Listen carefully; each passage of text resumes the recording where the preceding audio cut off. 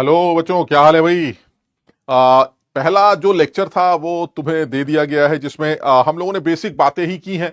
हालांकि बहुत सारे बच्चों के कमेंट्स देखे मैंने। ज्यादातर कमेंट्स बच्चों को यही लगा कि ठीक है, इसी तरह से इस चैप्टर में या इस चीजों में आगे बढ़ना चाहिए था। लेकिन एक आध बच्चों के कमेंट्स लगे कि सर आपको बहुत बेसिक से कराना है, आपको सारे टॉपिक कराने हैं, कैलकुलेशन जो है आप पूरी करके दिखाइए।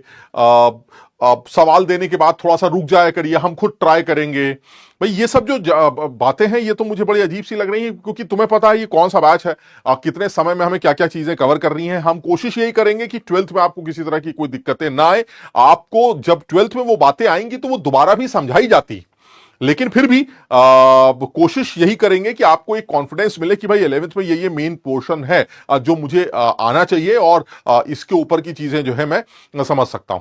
मैं जानबूझकर कुछ सवाल ऐसे भी लेके आता हूं जो या लाऊंगा जो उन लोगों के लिए भी होंगे जो रिवीजन करना चाहते हैं इस बैच से, ताकि उनको लगे कि कुछ अलग कंटेंट या कुछ अच्छा कंटेंट भी उनको मिल रहा है।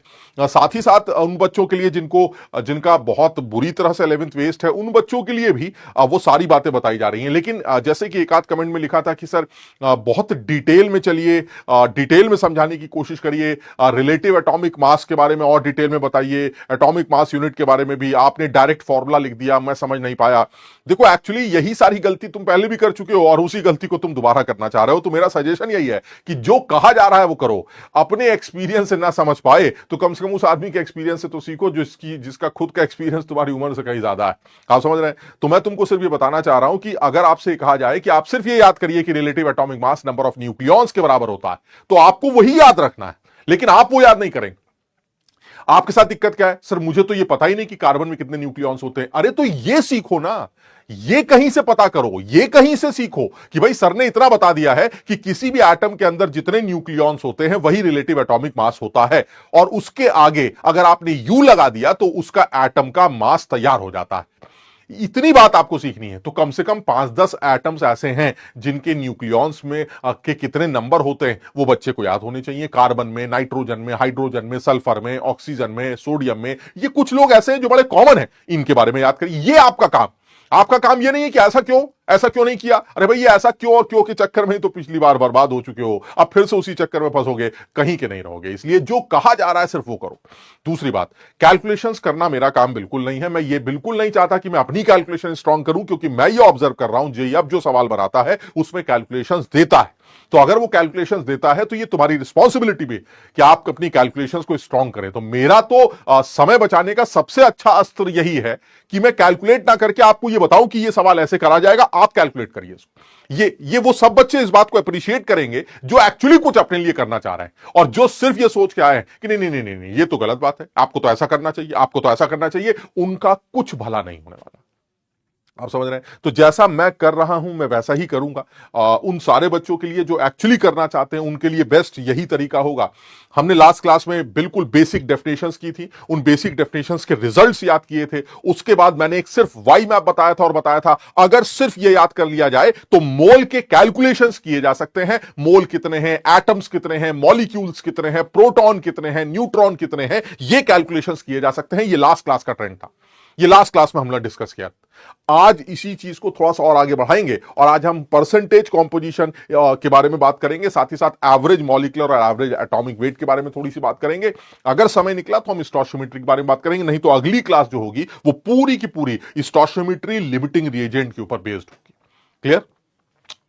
लास्ट क्लास में एक सवाल भी दिया गया था, मैंने बहुत सारे बच्चों के कमेंट देखे, उनको ये सवाल थोड़ा सा अच्छा लगा और मैंने जानबूझ के ये सवाल दिया था। अदरवाइज तुम खुद बताओ मोल कैलकुलेशन में ऐसा क्या है जो आप नहीं सीख सकते? सर हमें एक कंफ्यूजन हो रहा है। अरे कंफ्यूजन किस बात का? वेट दे रखा है, मोल निकालना सीखो। नंबर ऑफ एटम्स दे रखे हैं, मोल्स निकालना सीखो। आपको मोल दे रखे हैं तो आप एसटीपी पर गैस का वॉल्यूम निकालना सीखो। गिनी चुनी 4-5 बातें अगर आप वो याद नहीं रखेंगे, वो सीखेंगे नहीं, तो काम नहीं चलेगा। ठीक है ना? तो थोड़ा सा आपको अपने हिसाब से करना पड़ेगा। बाकी ये मर्जी तुम्हारी है, जीवन तुम्हारा है, अब तुम्हारा काम ही रोने धोने का है। तो शुरू से तुमने यही काम किया, अगर अभी आगे भी और अभी भी यही काम करोगे तो काम नहीं चलेगा। इसलिए कुछ एफर्ट्स करो, चीजों को समझो, सीखो कि क्या बताया जा रहा है, कैसे बताया जा रहा है, सॉल्व कैसे किया जा रहा है, ये चीज ऐसा क्यों की जा रही। जब तक आप हर चीज एक बार में समझ में थोड़ी ना आती है, समझने में समय लगता है। हो सकता है किसी चीज को समझने में 2 दिन लग जाए, 3 दिन लग जाए, बार बार देखने से वो बात समझ में आए, कुछ भी वजह हो सकती है, क्योंकि वो चीज अच्छी है, तो ऐसे में समय लग सकता है, लेकिन सीखना तो आप ही को। ठीक है ना, चलिए। तो लास्ट क्लास की बात करें तो लास्ट क्लास में एक सवाल दिया गया था, ये टोबैको मोज़ैक वायरस के बारे में, कोई टीएमवी वायरस है। इस टीएमवी वायरस के बारे में बात बताई गई थी। उन्होंने कहा था ये जो टीएमवी वायरस है वो सिलेंड्रिकल, कहने के लिए सिर्फ सवाल को उस लैंग्वेज में पूछा जा रहा है जिस लैंग्वेज में जेई मेंस या एडवांस बच्चों को कंफ्यूज करने के लिए पूछता है। तो मैंने भी यही पूछ लिया, अदरवाइज मैंने क्या पूछा तुमसे? मेरे पास एक चीज है जिसका वॉल्यूम दे रखा है, उसकी डेंसिटी पता है, आप बताइए उसका मास क्या होगा, बताइए उसका मोलर मास क्या होगा, बताइए उसके एंटिटीज। अरे ये तो वही बकवास है सर, वॉल्यूम पता चल जाए तो मैं मास निकाल लूंगा, मास आते ही मुझे सारी चीजें पता चल जाएगी। आप मेरी बात समझ ना? तो इसका मतलब ये हुआ कि सर उस एंटिटी का जो वायरस है, अगर उस वायरस को एक बॉल मान लूं या उस वायरस को एक सिलेंडर मान लूं, तो उस सिलेंडर का अगर मुझे वॉल्यूम पता है और उस सिलेंडर का अगर मुझे मास डेंसिटी पता है, तो मैं उस सिलेंडर का मास कैलकुलेट कर सकता हूं, एक सिलेंडर का। और अगर आप उसका मोलर मास निकालना चाहते हैं तो 1 मोल सिलेंडर का मास निकालने के लिए अवोगाड्रो नंबर से मल्टीप्लाई कर दूंगा। तो क्या यह नया है तुम्हारे लिए कि किसी चीज की अगर आपको वॉल्यूम पता हो और उसकी डेंसिटी पता हो तो आप उसका मास निकाल लेंगे एक आदमी का, और अगर आपसे 1 मोल का पूछा जाए तो आप अवोगाड्रो नंबर से मल्टीप्लाई कर दीजिएगा? सर सवाल तो बड़ा सीधा है इस, लेकिन तो यही एक चीज तुम्हारे अंदर थोड़ा सा डेवलप करना चाह रहे हैं कि पहली बात, सवालों को देखकर रोना धोना परेशान होना, ये क्या तरीका है, ये तो गलत है, ऐसे थोड़ी ना पूछा जाता, ये तो मुश्किल लगता। अब देखो ये सब तो तमाम बातें हैं। अब 2 तरह के बच्चे होते हैं जो हर बात पर क्रिप करते हैं, हर बात पर परेशान रहते हैं कि भाई ये तो हमें नहीं बताया गया, ये कैसे पूछा गया, ये आपने क्यों कर दिया। और कुछ ऐसे भी होते हैं जो ये सोचते हैं कि नहीं अगर पूछा है तो करना है। आप समझ रहे? कुछ ऐसे भी होते हैं जो ये सोचते हैं कि पूछा है तो करना है। तो जो ऐसे बच्चे हैं जिनको ये पता है कि नहीं नहीं हमें करना है और हमसे पूछा इसलिए गया है क्योंकि हम कर सकते हैं, तो ये सवाल आपके लिए था। फिर भी ये सवाल इंपॉर्टेंट था, अच्छा सवाल था। मैं इसको तुम्हें करके दिखाता हूं। अब फिर भैया जो बिल्कुल ही लल्लू हैं, जो बिल्कुल ये सोच के बैठे हैं कि नहीं हमें तो 0 लेवल से सीखना था, A+B क्या होता है। एक बच्चे का कमेंट आया था, ऐसा लग रहा है जैसे सर आपने तो रिपीटर बैच में करा दिया। ये एक्चुअली तुम्हें ऐसा लग रहा होगा क्योंकि तुमने कुछ नहीं सीखा, तुमने 10th 9th 8th में कुछ नहीं सीखा है, इसलिए तुम्हें ऐसा लग रहा होगा। अदरवाइज अगर तुम अपने लिए आज सतर्क हो जाओ तो तुमको पहली क्लास में सबसे पहले बता दिया गया था, जो कहा जा रहा है उसको नोट करके याद कर लो और उसके बाद जो सवाल कराए जा रहे हैं उसकी प्रैक्टिस कर लो, खत्म बात। अगर तुम समझदार होते तो तुम वो काम शुरू कर देते, बजाय इसके ये रोने धोने के कि ये क्या बात है, ये ऐसे क्यों बताया, इसको डिटेल में क्यों नहीं बताया, इसको और तरीके से बताना चाहिए था। इसका कोई फायदा नहीं, समझना? तो हम एक्चुअली तुम्हारी बात सुन भी नहीं रहे, हमें तुमसे मतलब भी नहीं है, लेकिन जो बच्चे इस तरह के कमेंट्स कर रहे हैं वो अपना नुकसान फिर से खुद करना चाह रहा है, और मैं नहीं चाहता कि किसी बच्चे का नुकसान हो, इसलिए जो कहा जा रहा है वो करो। आपको लगता होगा सर हम तो ये सोच के आए थे कि बिल्कुल 0 लेवल होगा और आपने इतना मुश्किल सवाल दे दिया। अब ये तुम्हारी घटिया सोच है जो तुम्हें ऐसा लगता है कि ये सवाल मुश्किल। तुम्हें यही सोच तो डेवलप करनी है कि अगर मुझे सर ने वाई मैप बता दिया, मुझे सर ने मोल निकालने वेट निकालना वगैरह सिखा दिया, तो अब मुझसे कैसा भी सवाल पूछे मुझे आना चाहिए। जब तक ये सोच डेवलप नहीं होगी, भले ना कर पाओ, लेकिन जब तक ये सोच डेवलप नहीं होगी आप नहीं कर पाए। इस सवाल को करना शुरू करते हैं। चलिए, आपके साथ बहुत डिस्कशन हो गई। ये कह रहे हैं कि मेरे पास एक वायरस है जो कि सिलिंड्रिकल। अब पता नहीं तुम इस बात को जानते हो कि नहीं, सिलेंडर का जो वॉल्यूम है, अगर ये इसकी हाइट है और ये इसकी डायमीटर, अगर ये इसका डायमीटर आर ले लेते हैं, तो कहा जाता है कि जो सिलेंडर का वॉल्यूम होता है वो πr² होता है। This is the volume of the cylinder. ठीक है, तो जो आपका ये टीएमवी वायरस है, ये जो टीएमवी है, इस टीएमवी को क्योंकि आपने सिलेंड्रिकल शेप का बोला है, तो इस टीएमवी जिसको आप एक यूनिट बोल सकते हैं, वायरस का एक आदमी, एक कण, एक एंटिटी बोल सकते हैं, इस एंटिटी का वॉल्यूम आप निकाल सकते हैं। तो मुझे लगता है कि अगर ठीक है सर, बड़ी गंदी कैलकुलेशन है तो पूछता है वो, आपको करनी करिए, नहीं करनी तो छोड़ आइएगा, खत्म हो गई बात। इसमें उसको कोई फर्क नहीं पड़ेगा और हमें भी कोई फर्क नहीं पड़ेगा। कैलकुलेशंस वो पूछता है, आपके सामने आएगी, करनी है कर लीजिएगा, नहीं करनी तो छोड़ दीजिएगा। इसके अलावा तो और कोई तरीका ही नहीं, बाकी आपकी मर्जी है। तो बहरहाल टीएमवी जो है हमारा, उसका जो वॉल्यूम है वो अगर मैं निकालना चाहूं तो वो वॉल्यूम आसानी से कैलकुलेट किया जा सकता है। अब यूनिट्स वगैरह सब आपको ध्यान रखनी, पाई तो आएगा ही आएगा, रेडियस, डायमीटर 170 एंगस्ट्रॉम दे रखा है। एक जगह पर मुझे ऐसा दिखाई दे रहा है कि इस वायरस का जो स्पेसिफिक वॉल्यूम है वो 12.5 मिलीलीटर पर ग्राम, देखो मिलीलीटर के बारे में अगर आपको आइडिया हो तो 1 millilitre is actually 1 cubic centimetre. इसको 1 सीसी भी कहते हैं, आप समझ रहे बात को। यानी 1 मिलीलीटर का मतलब होता है सेंटीमीटर क्यूब। तो एक चीज तो क्लियर है सर, जो यूनिट, अब मुझे नहीं पता क्या दे रखा है, बाद में सोचेंगे, बट जो यूनिट दे रखी है वो मिलीलीटर में दे रखी है, इसका मतलब सेंटीमीटर क्यूब में दे रखी है। तो अपने वॉल्यूम को भी हम सेंटीमीटर क्यूब में ही निकालते हैं, ताकि बाद में कुछ जुगाड़बाजी करें तो ये वाला मिलीलीटर और हमारा वाला सेंटीमीटर क्यूब कैंसिल हो सके। हम सोचेंगे बाद में, ठीक। तो इसका मतलब ये हुआ सर, वॉल्यूम होगा पाई आर स्क्वायर एच, और आर की वैल्यू हमें अब रखनी है सेंटीमीटर में। सर ये डायमीटर है तो रेडियस जो होगा वो इसका आधा हो जाएगा, तो रेडियस हो जाएगा सर 85 एंगस्ट्रॉम। और 85 एंगस्ट्रॉम को आजकल सेंटीमीटर में अगर आप लिखना चाहते हैं तो 85 इंटू 10⁻⁻8 सेंटीमीटर स्क्वायर। सर ये आपका वो आ जाएगा सेंटीमीटर में 85 एंगस्ट्रॉम। क्यों कह रहा हूं अब बताइए, ये सब चीजें जब सिखानी पड़ती हैं तो बहुत अफसोस होता है कि यार ये याद भी नहीं करते हो यार। और ऐसा नहीं कि पहली बार आया है, आपने पहले भी कभी याद किया होगा लेकिन तब भी नहीं याद करते हो। 1 एंगस्ट्रॉम में 10⁻⁻8 सेंटीमीटर होते हैं। तो इसका मतलब अगर 85 सेंटीमीटर है, 85 एंगस्ट्रॉम है, तो उसमें इतने सेंटीमीटर होंगे। और हाइट कितनी दे रखी है? 3000 एंगस्ट्रॉम। और 3000 एंगस्ट्रॉम का मतलब है 3000 इंटू 10⁻⁻8। ये हमारा वॉल्यूम आएगा। अब आप समझ रहे हैं, यहां पर अगर आप ध्यान से देख पा रहे हैं तो ये तो सेंटीमीटर का स्क्वायर है, तो यहां से तो सेंटीमीटर स्क्वायर आ जाएगा, और ये एंगस्ट्रॉम को सेंटीमीटर में कन्वर्ट किया गया है, यहां से सेंटीमीटर आ जाएगा। यानी ये सेंटीमीटर हो गया और ये सेंटीमीटर स्क्वायर हो गया। तो ये तो कंफर्म है, जो वॉल्यूम आने वाला है वो सेंटीमीटर क्यूब में आने वाला है। मुझे नहीं पता कितना आने वाला हो, ये तुम्हारी रिस्पॉन्सिबिलिटी है कि तुम चेक करो कि वॉल्यूम कितना आएगा वैल्यू पुट करके। तो दिस इज पाई इंटू 85 का स्क्वायर इंटू 3 इंटू 10⁻⁻16 यहां से आएगा, और ये आ जाएगा 3 इंटू 10⁻⁻5। तो -16 यहां से आ जाएगा, -5 यहां से आ जाएगा, तो इट विल बी -21। तो ये जो निकल के आएगा सेंटीमीटर क्यूब। एक बार जरा चेक कर लीजिए, सही कर रहा हूं मैं। 10⁻⁻16 यहां से आ जाएगा, और ये आ जाएगा 10⁻⁻5, क्योंकि 10⁻3 है, तो 10⁻5, तो -5 और 16 -21 हो जाएगा। बिल्कुल सही सर, ये आपका वॉल्यूम आ गया। अब ये जो वायरस है इसका वॉल्यूम पता चल गया, 1 यूनिट का वॉल्यूम आपको पता चल गया, ठीक है। अब उसका साथ ही साथ क्या बोल रहा है कि इस वायरस का जो स्पेसिफिक वॉल्यूम है, तुम्हें याद होगा थोड़ा बहुत, अगर तुमने पढ़ा है, नहीं पढ़ा है सर, दो बातें। सर हाँ मुझे याद आ रहा है सर, आपने बताया था, ठीक। एक तो बात ये होती है, दूसरी है सर हमने कभी पढ़ा ही नहीं। अब इन दोनों बच्चों का इलाज क्या है? सर इन दोनों बच्चों का इलाज ये है कि एक बार दोबारा बता दीजिए, ठीक।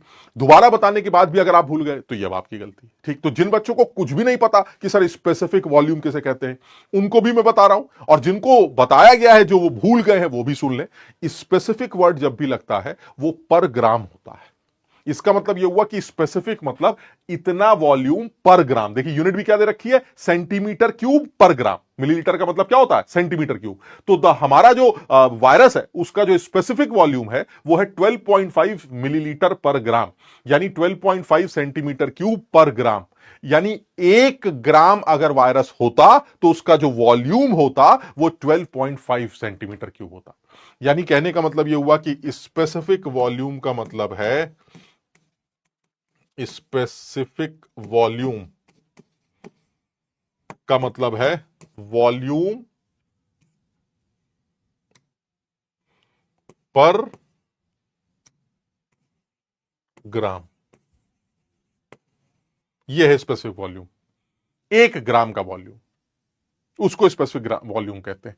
तो अगर 1 ग्राम का वॉल्यूम आपको दे रखा है और आपके पास वॉल्यूम टोटल इतना है, तो क्या आप बता सकते हैं कि अगर ये एक वायरस है जिसका वॉल्यूम इतना है, उसका वेट कितना होगा? तो सर अगर वॉल्यूम इतना होता, कितना, 12.5, तो वेट 1 ग्राम होता। सर आप मेरी बात समझ रहे हैं? 12.5 ml पर ग्राम का मतलब क्या हुआ कि अगर specific volume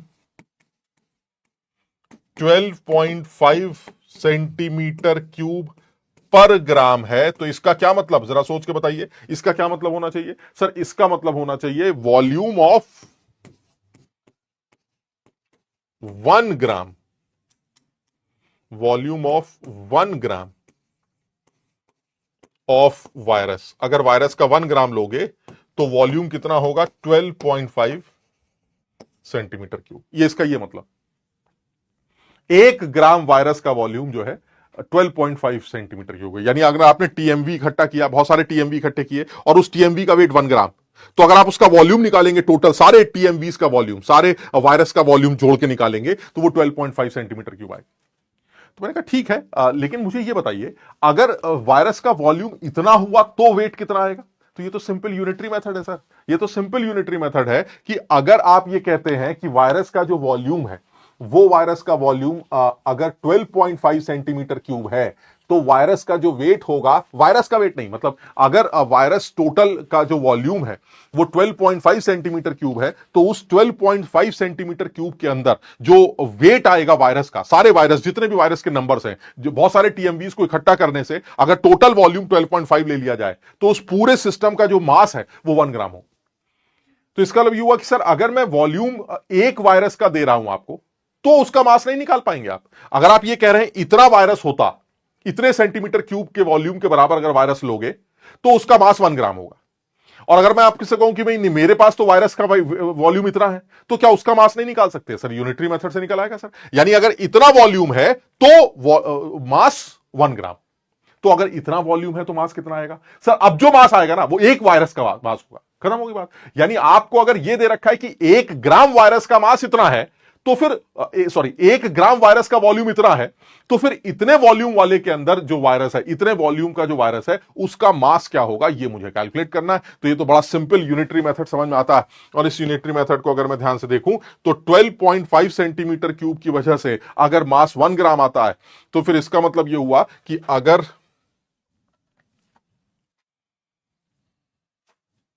mass of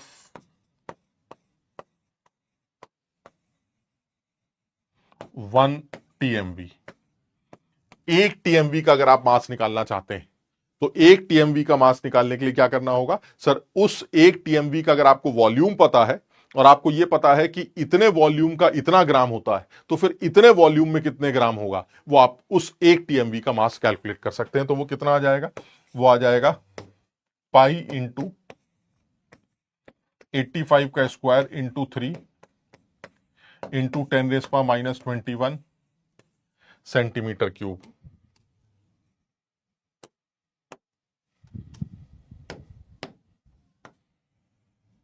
divided by, मतलब आप समझ रहे करना क्या है? अगर 12.5 सेंटीमीटर क्यूब वॉल्यूम है आपका, तो मास 1 ग्राम, और अगर इतना वॉल्यूम है तो मास कितने ग्राम। और वही, और ये वॉल्यूम किसका है? सर ये 1 टीएमवी का है, तो इसका मतलब आपको 1 टीएमवी का मास पता चल गया। तो 12.5 है तो 1 ग्राम है, अगर 1 होता तो 1/12.5 होता, और अगर इतना वॉल्यूम है तो इंटू दिस। तो इसका मतलब ये हुआ दिस मल्टीप्लाइड बाय 1/12.5।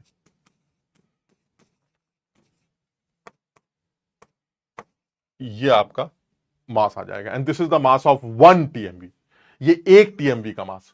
और अगर आपको उसका मोलर मास निकालना है, तो आप अवागाड्रो नंबर से मल्टीप्लाई कर दीजिए, जो की वैल्यू दे रखी है सवाल में 6 इंटू 10⁻23। तो आप अगर एक वायरस का मास निकाल चुके हैं, आप समझ, बिल्कुल सिंपल सवाल है। एक वायरस का वॉल्यूम आपको पता चल गया, और आपको यह पता चल गया कि हमें स्पेसिफिक वॉल्यूम दे रखा है, यानी 1 ग्राम का वॉल्यूम इतना है। तो अगर इतने वॉल्यूम में 1 ग्राम है, तो इतने वॉल्यूम में कितने ग्राम आएंगे? इससे आपको वायरस का, और ये वॉल्यूम किसका है? वायरस का। तो इसका मतलब ये हुआ कि एक वायरस का वॉल्यूम से आपने एक वायरस का मास निकाल लिया, और अगर एक वायरस का मास पता चल जाएगा, तो आपको अवागाड्रो नंबर के बराबर वायरस का भी मास पता चल जाएगा, जिसको क्या कहा जाता है? Molar mass. क्यों? क्योंकि मोलर मास का मतलब है 1 मोल वायरस का मास, और 1 मोल वायरस का मतलब अवागाड्रो नंबर के बराबर। तो इसका मतलब ये हुआ कि अगर आप मोलर मास निकालना चाहते हैं, नेक्स्ट पेज पे ले लेते हैं।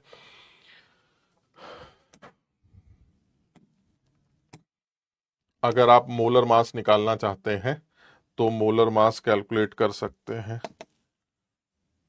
अगर आप मोलर मास निकालना चाहते हैं तो कितना आ जाएगा? Molecular weight is equal to pi into 85 का स्क्वायर इंटू क्या था वो? 85 का square 3 into 10⁻⁻21, 3 into 10⁻⁻21 divided by 12.5 centimetre cube. तो कैंसिल हो गए थे, तुमने देखा था ये दोनों हमारे सेंटीमीटर क्यूब कैंसिल हो गए थे। और सेंटीमीटर क्यूब कैंसिल होने के बाद क्या बचा था, ये भी गया, ये भी गया। तो सिर्फ वेट किस में आ गया, ग्राम में। किसका वेट है, 1 TMV का, और आपको किसका चाहिए, 1 मोल का। तो आपने अवागाड्रो नंबर से मल्टीप्लाई कर दिया। तो this multiplied by Avogadro number and that is 6 × 10⁻²⁵ ये आ जाए। तो अगर आप इसको सॉल्व करते हैं तो ये 3.27 × 10⁻, कुछ सॉल्व करने से 6 ग्राम के आसपास आ जाएगा। ये आंसर आ जाएगा, डी। क्लियर है। सवाल बड़ा अच्छा था लेकिन बहुत सीधा सवाल था। इसमें जो थोड़ा सा कंफ्यूजन है 2 जगहों पर। पहला, बच्चों को ये क्लियर होना चाहिए कि सिलेंडर का वॉल्यूम कितना होता है। अब बहुत सारे बच्चे होंगे सर हमें कैसे पता चलेगा, तो रो लो, तुम्हें रोना रो लो, लेकिन सिलेंडर का वॉल्यूम πr² होता है। तो πr², रेडियस ये है, हाइट ये है, सबको सवाल में दे रखा है। तो आप सिलेंडर का वॉल्यूम निकालना जानते हैं। सिलेंडर जो है वो आपका वायरस, तो आपको एक वायरस का वॉल्यूम पता चल गया। अब आपको यह भी पता है कि अगर इतना वॉल्यूम होता तो मास 1 ग्राम होता, तो फिर अगर इतना वॉल्यूम है तो मास कितना होगा, उससे आपको वायरस का मास पता चल जाएगा। अब अगर एक वायरस का मास पता चल गया तो आपको अवागाड्रो नंबर के वायरस के मास का भी पता चल जाएगा, जिसको आप उसका मोलर मास कहेंगे। खत्म। क्लियर है। चलिए सर और आगे बात करते हैं। एक सवाल और था जो शायद दिया गया था, 0.05 centimetre thick coating of silver is deposited on a plate. यानी एक प्लेट है जिस पर सिल्वर की कोटिंग की गई। तो मान लीजिए ये आपकी एक प्लेट है और इस प्लेट पर आपने सिल्वर की कोटिंग कर रखी है।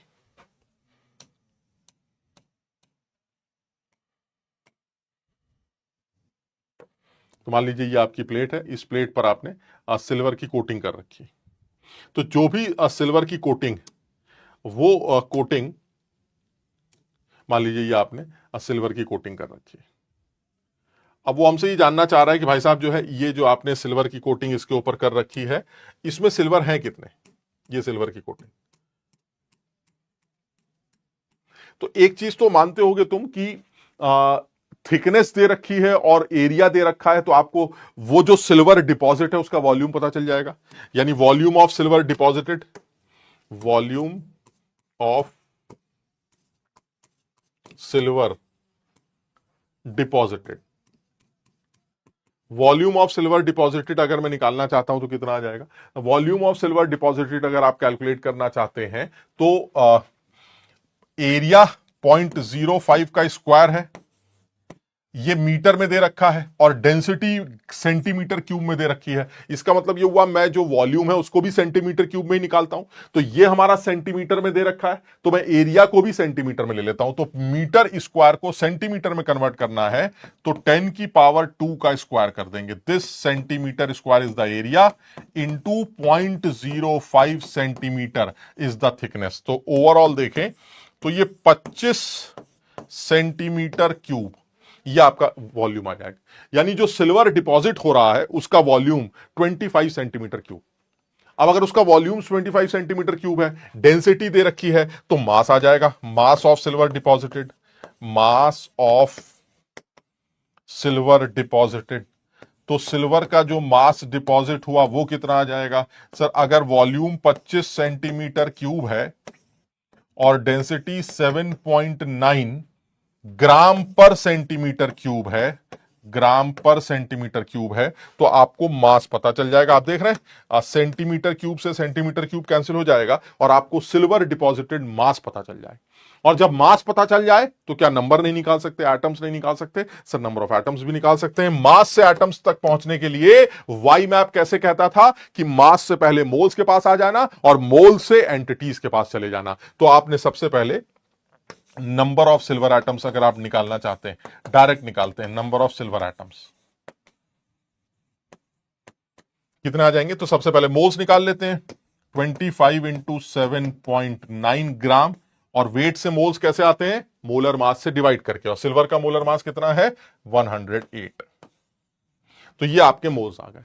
और जैसे ही आपको मोल्स पता चलेंगे आपको नंबर ऑफ एंटिटीज कैलकुलेट करनी है अगर, तो नंबर ऑफ एंटिटीज कैलकुलेट करने के लिए आप अवागाड्रो नंबर से मल्टीप्लाई कर देंगे एंड दिस इज 6.02 × 10⁻23। ये सिल्वर एटम्स होंगे जिसका मास इतना था। यानी ये बड़ा सीधा सवाल है। अगर आपको सिल्वर का मास पता चल गया तो सिल्वर के एटम्स कैसे निकलेंगे? सिल्वर के मास से सिल्वर के मोल्स आ जाएंगे 108 से डिवाइड करके, और अवोगाड्रो नंबर से मल्टीप्लाई करके आपको नंबर ऑफ सिल्वर एटम्स पता चल जाएंगे। तो जब आप number of silver atoms calculate करेंगे तो ये ऑलमोस्ट 11 इंटू 10⁻23 के आसपास आएगा। तो इसका मतलब ये हुआ सर, ये 10⁻23 तो आपने पहले से ले रखा है, ये 11 और आ जाएगा। ये सब खुद करना था, है ना, ये सब खुद करना है। सर आपको कैसे पता चल गया कि सर मास से नंबर ऑफ एटम्स निकाल लिया? Y map. आपने देखा था एक तरफ मास था, एक तरफ एंटिटीज थी, तो मास से पहले किसके पास आएंगे? मोल्स। कैसे निकाला था? सर मोलर मास से डिवाइड करके, यानी सिल्वर के मोलर मास से डिवाइड कर दिया 108, क्या निकला है? मोल। उसके बाद अगर आपको एंटिटीज के पास जाना है तो सर अवोगाड्रो नंबर से मल्टीप्लाई कर देंगे, तो मैंने यहां पर अवोगाड्रो नंबर से मल्टीप्लाई कर दिया, आपको नंबर ऑफ सिल्वर एटम्स पता चल गया। क्लियर है? अब जेई सवाल पूछ रहा है, ये मेरे अपने मन का सवाल नहीं है, ये जेई ने सवाल पूछा है, 2024 में हाल फिलहाल का सवाल है। इसका मतलब हुआ कि हमसे कैलकुलेशंस करवाएगा। हालांकि ये तो इतनी मुश्किल कैलकुलेशन भी नहीं है, लेकिन फिर भी गुणा भाग डिवाइड मल्टीप्लाई तो ये तुमसे करवाएगा ही करवाएगा। इस साल के पेपर्स को देखकर अंदाजा लग रहा है कि वो कैलकुलेशंस देता ही देता है, इसलिए आपको इन चीजों को खुद से करना है। मेरे कैलकुलेशन, सर आप बोर्ड के सामने खड़े थे तो हम कैलकुलेशन देख नहीं पाए। अरे तो तुम अजीब लल्लू आदमी हो, कैलकुलेशन तो तुम्हें खुद करनी है, वो कैलकुलेशन तो तुम्हें वैसे भी नहीं देखनी है, आपको खुद ही कैलकुलेट करके देखना है, तभी सीख पाओगे। खैर चलिए और आगे बढ़ते हैं, नेक्स्ट पॉइंट पर आते हैं। नेक्स्ट पॉइंट है एवरेज एटॉमिक वेट। ये भी एक ऐसा टॉपिक है जो कि इंपॉर्टेंट है, हमें पता होना चाहिए कि अगर आपको कभी भी किसी एटम का एवरेज एटॉमिक वेट निकालना हो तो एटम का एवरेज एटॉमिक वेट कैसे निकालें, ये कब निकालना होता है, पहले तो ये देख लेते हैं। सर ज्यादातर लोगों का वेट तो फिक्स ही है सर, आपने बताया था किसी भी एटम का वेट उसके न्यूक्लियॉन्स डिसाइड करते हैं, और न्यूक्लियॉन्स तो हमेशा इंटीजर होते हैं। लेकिन फिर भी मैंने सुना है सर आपकी जो है आपका मैग्नीशियम का जो है एवरेज एटॉमिक वेट निकाला गया है, हाइड्रोजन का एटॉमिक एवरेज एटॉमिक वेट निकाला गया है, सर क्लोरीन का 35.5 होता है। सर जब न्यूक्लियॉन्स वेट डिसाइड करते हैं तो 0.5 कहां से आ सकता है? सर न्यूक्लियॉन्स तो नंबर होते हैं ना सर, 5 प्रोटॉन होंगे, 10 न्यूट्रॉन होंगे, 8 प्रोटॉन होंगे, 8 न्यूट्रॉन होंगे। सर ये न्यूक्लियस तो हमेशा इंटीजर में ही होंगे ना, 8.5 प्रोटॉन तो नहीं हो सकते। तो फिर सिल्वर का वेट 35.5 कैसे निकला है? सर वेट तो न्यूक्लियस डिसाइड करते हैं, और न्यूक्लियस के नंबर्स हमेशा इंटीजर में होते हैं, तो सिल्वर का वेट आपने 35.5 कैसे बोल दिया? तो उसका रीजन ये है कि ये सिल्वर का अपने का खुद का वेट नहीं, ये सिल्वर के किसी एक एटम का वेट नहीं, ये सिल्वर का एवरेज एटॉमिक वेट है। यानी एक कमरे में, अगर सिल्वर कह रहा हूं, क्लोरीन का ये एवरेज एटॉमिक वेट, तो अगर क्लोरीन का एवरेज एटॉमिक वेट की आप बात करें तो वो 35.5। मैंने कहा मतलब कहना, देखिए ऐसा है, अगर मान लीजिए मैं आपसे कहूं कि इस कमरे में क्लोरीन के बहुत सारे एटम्स पड़े हुए हैं, लेकिन वो क्लोरीन एक ऐसा आदमी है जिसके 2 आइसोटोप्स एग्जिस्ट करते हैं, एक क्लोरीन 35 और एक क्लोरीन 37। यानी एवरेज एटॉमिक वेट का मतलब यह हुआ कि ये उन एटम्स के लिए निकाला जाता है जिनके आइसोटोप्स एग्जिस्ट करते हैं। यानी अगर मैं क्लोरीन के एग्जाम्पल के तौर पे बात कर रहा हूं, मान लीजिए एक एग्जाम्पल लेते हैं, और मुझे बिल्कुल ये चीजें डिस्कस नहीं करनी चाहिए थी, मुझे सीधे फॉर्मूला बताना चाहिए था कि एवरेज एटॉमिक वेट कैसे निकाला जाता, बात खत्म। लेकिन मैं फिर भी तुम्हारे कहने पर तुम्हें थोड़ा सा समझ में आए, तुम्हें सिर्फ समझाने की कोशिश कर रहा हूं कि मान लेते हैं मैं आपको कि क्लोरीन जो है आपके पास, उस क्लोरीन के 2 आइसोटोप्स है, ये क्लोरीन है, क्लोरीन एग्जिस्ट करता है क्लोरीन 35 के फॉर्म में भी, और क्लोरीन के कुछ एटम्स क्लोरीन 37 भी होता है। यानी क्लोरीन के 2 तरह के आइसोटोप्स एग्जिस्ट करते हैं, एक 17Cl35 और एक 17Cl37। अब तुम्हें शायद ना पता हो, लेकिन आइसोटोप्स वो लोग होते हैं जिनके एटॉमिक नंबर सेम होते हैं। तो यहां पर जो ये लिखा गया है ये एटॉमिक नंबर है, और ये दोनों एटॉमिक नंबर सेम है, so they both are what? Sir they both are isotopes. ये दोनों एक दूसरे के क्या है? आइसोटोप्स। ये दोनों आइसोटोप्स। तो अगर किसी एलिमेंट के एक से ज्यादा आइसोटोप्स एग्जिस्ट कर रहे हैं, तो फिर दिक्कत यह है कि अगर कोई पूछे कि भाई क्लोरीन का एटॉमिक वेट क्या होता है, तो मान लीजिए किसी के हाथ में ये वाला क्लोरीन आ गया, तो वो क्या देख के बताएगा? एटॉमिक वेट तो 35 होता है। और मान लीजिए किसी के हाथ में ये वाला क्लोरीन आ गया, तो कहेगा अरे नहीं, इसका तो 37 है। तो इसका मतलब है सर क्लोरीन का वेट 35 लिखा जाए या 37 लिखा जाए, ये कैसे डिसाइड किया जाता है? तो ये एक्चुअली हम क्लोरीन का एवरेज वेट ले लेते हैं। लेकिन सर एवरेज तो 35 और 37 का 36 आएगा, तो फिर आपने 35.5 क्यों बोला? उसका रीजन यह है कि ऐसा भी तो हो सकता है कि इस कमरे में 35 वाले लोग ज्यादा हैं और 37 क्लोरीन कम है। ठीक, मान लेते हैं। अब ये बताइए, अगर मेरे सामने कोई मुझसे पूछे कि बताइए इस क्लोरीन का एटॉमिक वेट कितना है, तो मैं कमरे में जाऊंगा और एक क्लोरीन को उठा के देखूंगा। अगर उस क्लोरीन का एटॉमिक वेट मान लीजिए मुझे 35 दिखा, तो मैं क्या बोलूंगा? 35 है। तो वो आदमी 35 नोट कर लेगा। फिर वो दूसरा आदमी जाएगा, अंदर से देखेगा, वो कहेगा 37 है, वो 37 नोट कर लेगा। तुम ये बताओ, जब तुम एवरेज निकालोगे तो एवरेज उन सारे क्लोरीन्स के नंबर से ही तो निकल के आएगा। और जब वो क्लोरीन के नंबर्स में क्लोरीन 35 अगर ज्यादा हुआ, तो जो एवरेज निकल के आएगा वो 35 के ज्यादा क्लोज होगा ना। नहीं समझे? मतलब मैं ये बताना चाह रहा हूं कि एवरेज सिर्फ दो लोगों का अगर निकालना हो, 35 और 37, एक क्लोरीन 35 है और दूसरा क्लोरीन 37 है, तो एवरेज विल बी 36। लेकिन सोचो 35 वाले बहुत सारे, 37 वाले कम है, तो जब आप एवरेज निकालेंगे तो एवरेज 35 के ज्यादा क्लोज आएगा ना। एक क्लास में अगर एक आदमी का वेट 40 है और एक का 50 है, तो एवरेज विल बी 45। लेकिन सोचो एक क्लास में 40 वाले 10 बच्चे हैं और 50 वाला सिर्फ एक बच्चा है, अब जो एवरेज निकलेगा वो 40 के क्लोज आएगा, ना कि 50 के। तो मैथ्स के स्टूडेंट हो, इतनी अकल तुम्हें अपने आप लगानी चाहिए। यानी मैं ये बताना चाह रहा हूं कि जब आप एवरेज कैलकुलेट करते हैं तो सिर्फ ये नहीं देखते कि किन दो लोगों का एवरेज लेना है, आपको यह भी देखना पड़ता है कि वो पर्टिकुलर मास वाला, एटॉमिक मास वाला आदमी कितना है जिसका हम एवरेज लेने जा रहे हैं। यानी मुझे यह भी देखना पड़ता है कि वो पर्टिकुलर एलिमेंट एबंडेंस एनवायरमेंट में कितने परसेंट पाया जाता है, उसकी परसेंटेज अबंडेंस एनवायरमेंट में कितनी है, क्योंकि उसकी परसेंटेज अबंडेंस भी एवरेज को गवर्न करेगी। क्लास में 10 बच्चे 40 वाले हैं, एक बच्चा 50 वाला है, आंसर कुछ और आएगा। 50 बच्चे 40 वाले हैं, 50 बच्चे 50 वाले हैं, आंसर कुछ और आएगा। 40 बच्चे ये वाले हैं, 20 बच्चे वो वाले हैं, आंसर कुछ और आएगा। यानी वो पर्टिकुलर वेट वाले कितने हैं एनवायरमेंट में या क्लास में, वो भी मुझे पता होना चाहिए, तभी एवरेज निकाला जा सकता है। मेरी बात सब लोग समझ रहे हैं? तो इसका मतलब ये हुआ कि जब कभी भी किसी एटम के एक से ज्यादा आइसोटोप्स एग्जिस्ट कर रहे हो, तो आप जब उस एटम का एवरेज एटॉमिक वेट निकालें, तो आपको यह भी पता होना चाहिए कि वो पर्टिकुलर आइसोटोप्स एनवायरमेंट में कितने प्रतिशत पाया जाता है, ताकि मैं सही से एवरेज कैलकुलेट कर सकूं। तो इसके लिए एक फॉर्मूला बड़ा सीधा सा बनाया गया है, और फॉर्मूला यही है कि जब कभी भी आप एवरेज एटॉमिक वेट कैलकुलेट करना चाहें, एवरेज एटॉमिक वेट अगर आप कैलकुलेट करना चाहें, तो आप कैसे कैलकुलेट करेंगे? परसेंटेज अबंडेंस, यानी जो भी आइसोटोप है उसकी परसेंटेज कितनी है एनवायरमेंट में, वो आपको सवाल में दे दिया जाएगा। Percentage abundance into atomic weight plus, ये किसके लिए बताया गया है? ये हमारे पहले आइसोटोप के लिए बताया गया है। This is for isotope 1 plus दूसरा आइसोटोप की परसेंटेज अबंडेंस कितनी है? Percentage abundance into atomic weight. ये हमारे सेकंड आइसोटोप के लिए बताया गया, दिस इज आइसोटोप 2। और अगर इस तरह के और भी आइसोटोप्स हैं, तो इन सब की परसेंटेज अबंडेंस मुझे पता होनी चाहिए, डिवाइडेड बाय 100। आप 100 से डिवाइड करके इसका एवरेज एटॉमिक वेट कैलकुलेट कर सकते हैं। यानी अगर मान लीजिए मैं आपसे कहूं कि भाई क्लोरीन 35 हमारा 75% पाया जाता है, क्लोरीन 37 मेरा 25% पाया जाता है, तो क्या बता सकते हैं कि एवरेज एटॉमिक वेट क्या आएगा? तो आपको अगर एनवायरमेंटल परसेंटेजेस पता है और आपको यह पता है कि किस आदमी की आप बात कर रहे हैं, तो उस केस में इस फॉर्मूले को यूज करके आप कैलकुलेट कर सकते हैं। और ये बिल्कुल वैसे ही है जैसे अभी मैंने वेट एवरेज निकाला क्लास के वेट का।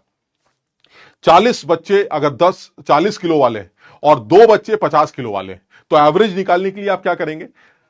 सोचो, एवरेज निकालने के लिए 40 plus 40 plus 40 plus 40 plus 40 so on that is जितने भी 40 वाले हैं इनटू उस 40 से मल्टीप्लाई करने, मान लीजिए 50 40 वाले लोग हैं या 40 लोग 40 वाले हैं, तो 40 into 40 plus this into this divided by total, that will be the average weight. तो उसी तरह से अगर आपको परसेंटेज पता चल जाए कि एनवायरमेंट में 35 वाला कितना है और 37 वाला कितना है, तो आप यहां पर पुट करके एवरेज एटॉमिक वेट कैलकुलेट कर सकते हैं।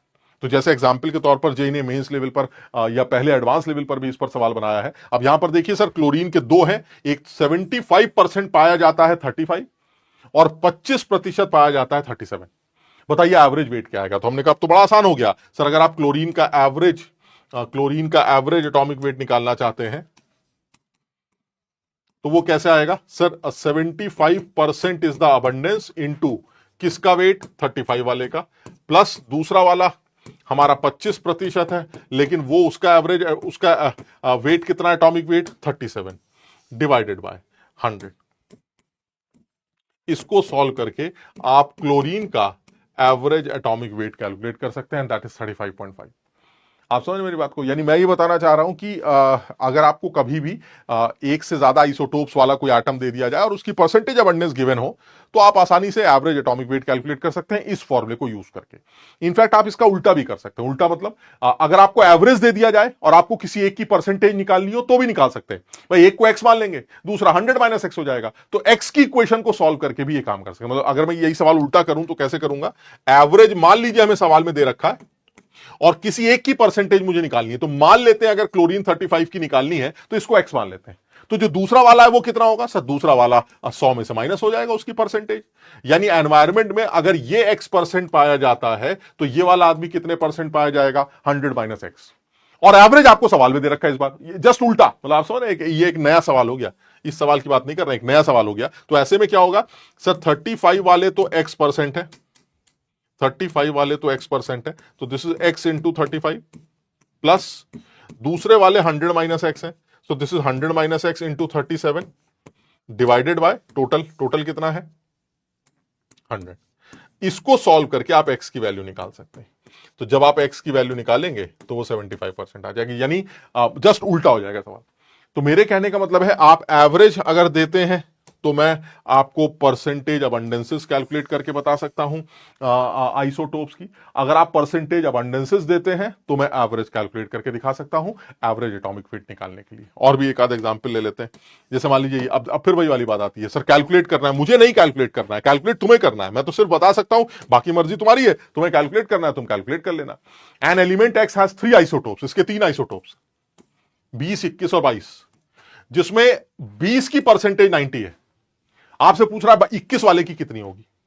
ठीक है, तो एक काम करते हैं, X20 की तो 90 है, इसकी परसेंटेज अबंडेंस तो दे रखी है। X21 वाले की X मान लेते हैं, तो X22 वाले की कितनी हो जाएगी? X22 वाले की हो जाएगी 100 माइनस 90 प्लस एक्स। 3 लोग है ना, तो एक का 90 दे रखा है, एक का एक्स मान लिया, तो तीसरे वाले की कितनी हो जाएगी? 100 माइनस 90 प्लस एक्स, तो दैट इज 10 माइनस एक्स। तीसरे वाले की 10 माइनस x%। ठीक है, अब एवरेज उसने दे रखा है सवाल में, जैसा अभी मैंने बताया। तो अब आप कैसे करेंगे सर? एवरेज अगर आपने सवाल में दे रखा है तो this is 20.11 which is equal to 20 वाला 90% है, तो दिस इज 90 इंटू 20 प्लस दूसरा वाला x है और वो कितना है? 21 वाला। तीसरा वाला है 100 माइनस एक्स, और ये कौन सा है? ये 22 वाला है, डिवाइडेड बाय, नीचे आ जाएगा सर डिवाइडेड बाय 100। सर इसको आप सॉल्व कर लीजिएगा, इससे आपको x की वैल्यू पता चल जाएगी। और जब x की वैल्यू पता चल जाए तो आपको, क्योंकि 21 वाले की परसेंटेज निकालनी है और 21 वाले की x है, तो यही x आपका आंसर हो जाएगा। अब आप मुझसे ये उम्मीद ना करें कि मैं इसको सॉल्व करूंगा, या आप प्लीज खुद सॉल्व करेंगे। आसान है, कैलकुलेशन कुछ भी नहीं है। मैं चाहूं तो सॉल्व करके दिखा सकता हूं। कुछ लोग सोच भी रहे होंगे सर को करना चाहिए था, सॉल्व करना चाहिए था, ऐसा है ना। तो अब तुम करना चाहो तो कर सकते हो। देखो मैं करके दिखाता हूं। ये इधर मल्टीप्लाई हो जाएगा, तो मैं यहां पर सिर्फ सॉल्व कर रहा हूं। This is 2011 is equal to, ये हो जाएगा 1800 plus 21x plus 2200 minus 22x। अब आप इसको सॉल्व कर सकते हैं। तो ये जब आप सॉल्व करेंगे तो मुझे लगता है कि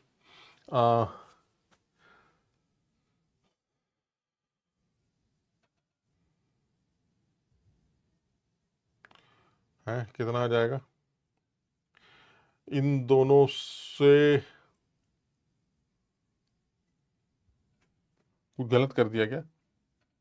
1800, 2100, यहां पर कुछ 1800, 2100, ये क्या चीज है? ये यार ये गलत लिख दिया लग रहा है। ये 100 माइनस एक्स नहीं था ना, ये 10 माइनस एक्स था। 10 minus x, this is 10 minus x.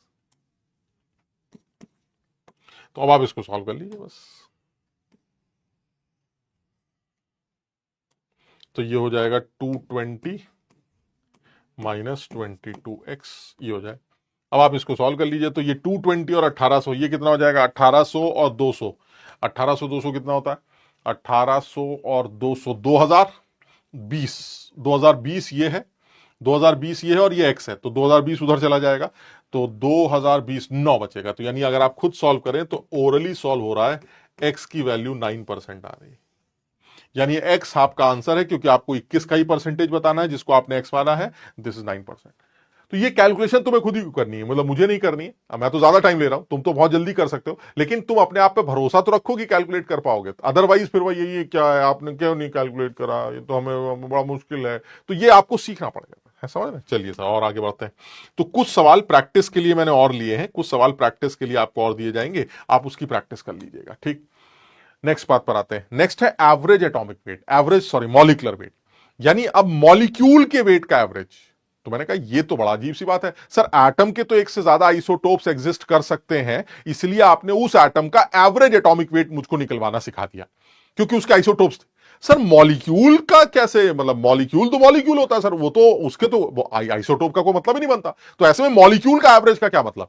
Molecule के एवरेज वेट का एक मतलब यह है कि अगर मान लीजिए आपके किसी कंटेनर में दो या दो से ज्यादा नॉन रिएक्टिंग मॉलिक्यूल्स पड़े हैं, दो या दो से ज्यादा नॉन रिएक्टिंग मॉलिक्यूल्स पड़े हैं, तो ऐसे में आप उसका एवरेज मॉलिक्यूलर वेट उस कंटेनर का निकाल सकते हैं। यानी कहने का मतलब यह हुआ कि मान लीजिए आपके पास N1 मोल्स ए के पड़े हैं, N2 मोल्स बी के पड़े हैं, N3 मोल सपोज सी के पड़े हैं, तो आपको यह पता होना चाहिए कि इस पूरे कंटेनर का जो एवरेज वेट है वो क्या होगा।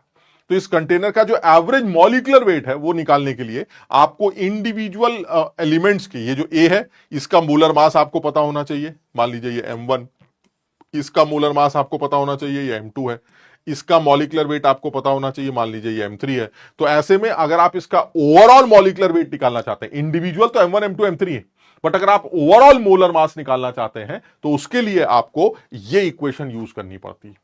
और इक्वेशन बहुत सिंपल है, N1 M1 plus N2 M2 plus N3 M3 so on divided by N1 plus N2 plus N3। यानी आपको अलग अलग लोगों के अगर मोल्स पता हो, उनके मोलर मासेस पता हो, तो आप इस इक्वेशन को यूज करके, और वैसे देखा जाए तो अगर तुम्हें थोड़ा बहुत भी आता हो तो तुम देखोगे N1 को अगर आप N1 plus N2 plus N3 से डिवाइड कर रहे हैं तो इसका मतलब है आप फर्स्ट एलिमेंट का, फर्स्ट गैस मान लेते हैं, फर्स्ट गैस के मोल फ्रैक्शन की बात कर रहे हैं। Mole upon total mole is the mole fraction. इसी तरह से अगर आपको N2 को डिवाइड करना पड़ जाए इस पूरे से, तो आप सेकंड वाले गैस के मोल फ्रैक्शन की बात कर रहे हैं, this is the mole fraction of second gas. इसी तरह से अगर आपको N3 से डिवाइड करना पड़ जाए इन तीनों से, तो आप इसका मतलब है mole fraction of third gas की बात कर रहे हैं। यानी कहने का मतलब यह हुआ कि अगर मैं सही फॉर्मूले पर आऊं तो सही फॉर्मूला ऐसे भी लिखा जा सकता है कि the average molar mass M average is equal to sigma MI XI। यानी अगर मैं इसको और सही से लिखूं तो क्या बन जाएगा, M1 X1 plus M2 X2 plus so on. यानी एवरेज मोलर मास जब भी कैलकुलेट करना होगा,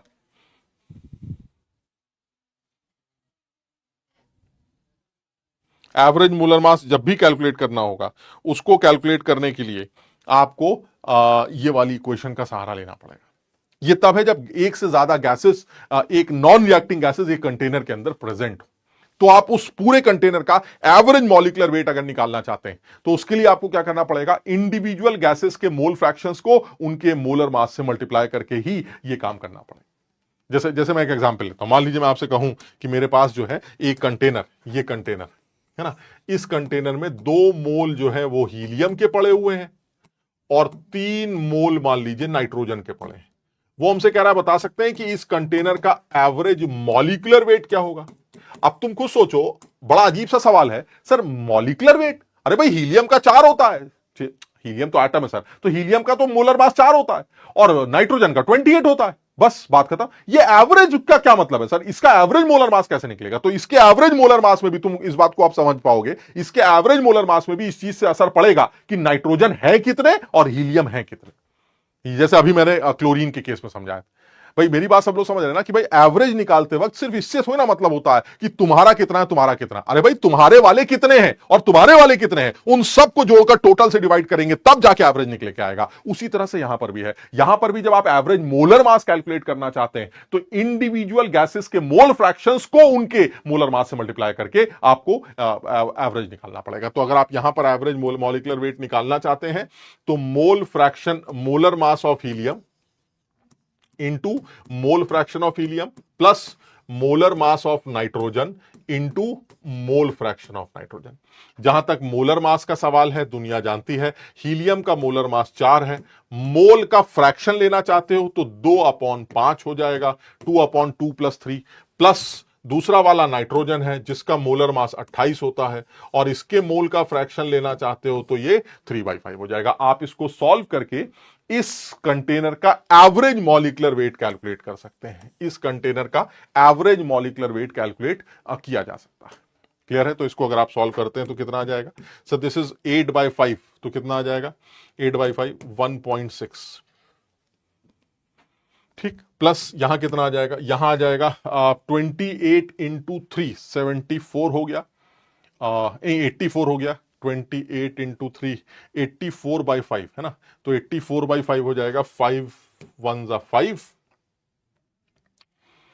34, 5 6 30 और 4 5 8। अब तुम एक बार अपने आप चेक भी कर लेना। तो इन दोनों को जब आप जोड़ेंगे तो यह आ जाएगा 18.4। So the average weight is 18.4। तो इस कंटेनर का एवरेज, यानी हीलियम का 4 था, नाइट्रोजन का 28 था, तो एवरेज तो 28 + 4/2 होना चाहिए।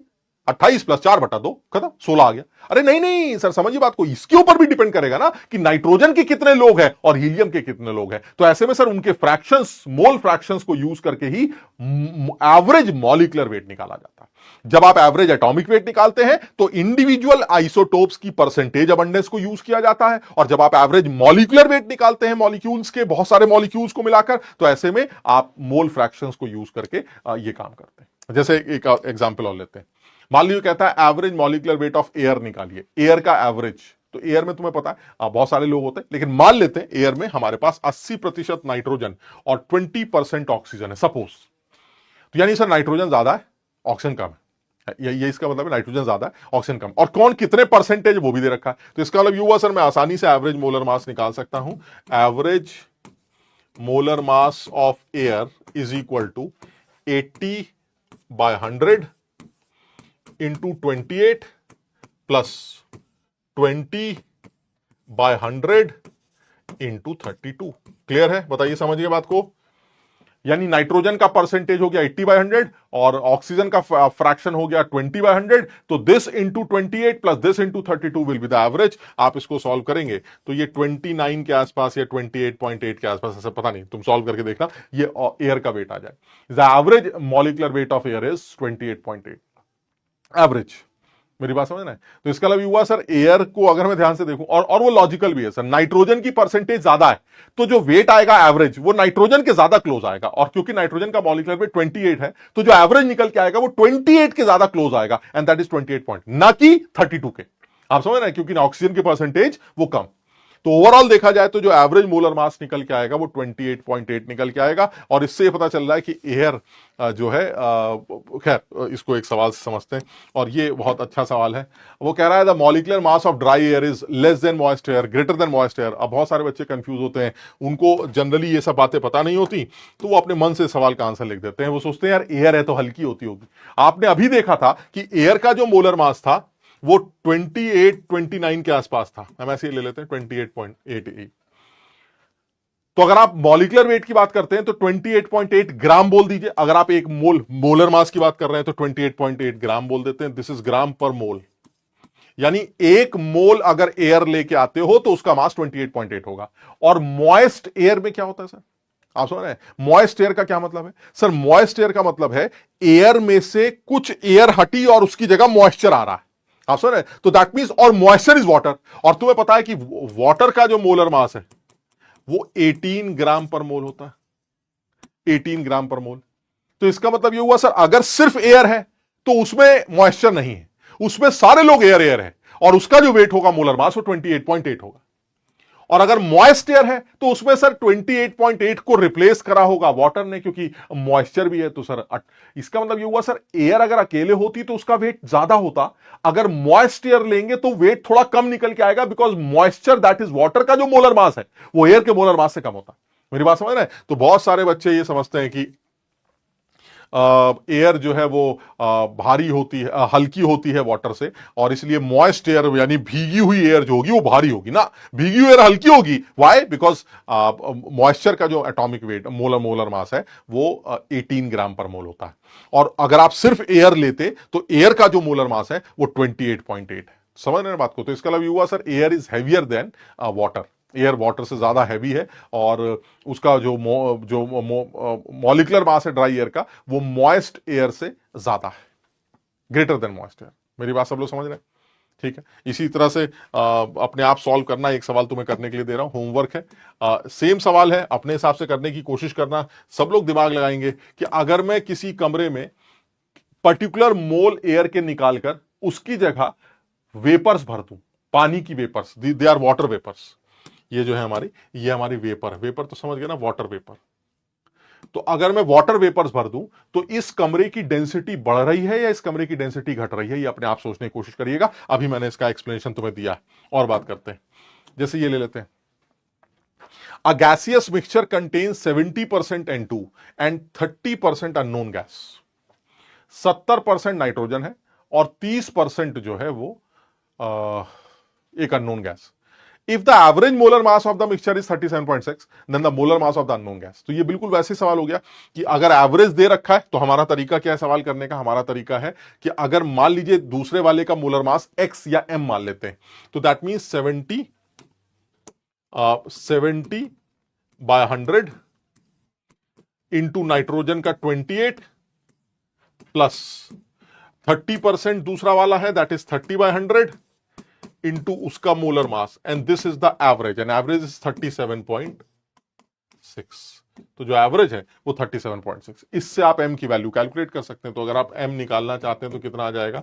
37.6 में से यहां पर माइनस कर देते हैं तो कितना आ जाएगा?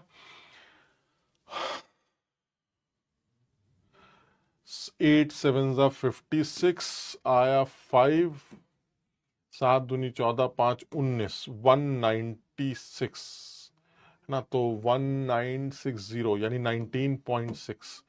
तो ये आ गया इंटू 100 डिवाइडेड बाय 30। ये आप सॉल्व कर लीजिए। तो जब आप इन दोनों को माइनस करेंगे तो 37.6 में से 19.6 गया भाई, कितना आया? तो सर ये आ गया आपका 37, ये आ गया आपका 18 इंटू 100 अपॉन 30। तो सर इसको सॉल्व करने से लगता है कि 60 निकल के आएगा। तो इसका मतलब हुआ जो दूसरी वाली गैस है उसका जो मोलर मास है वो 60 आएगा। क्लियर है? समझ में आ गया?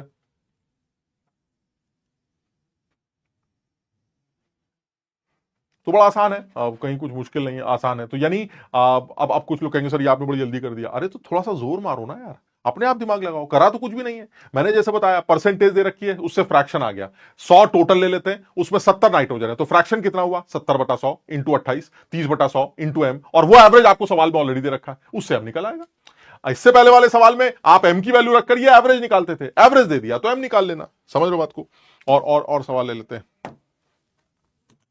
A sample of ozone gas is found to be 40% dissociated into oxygen।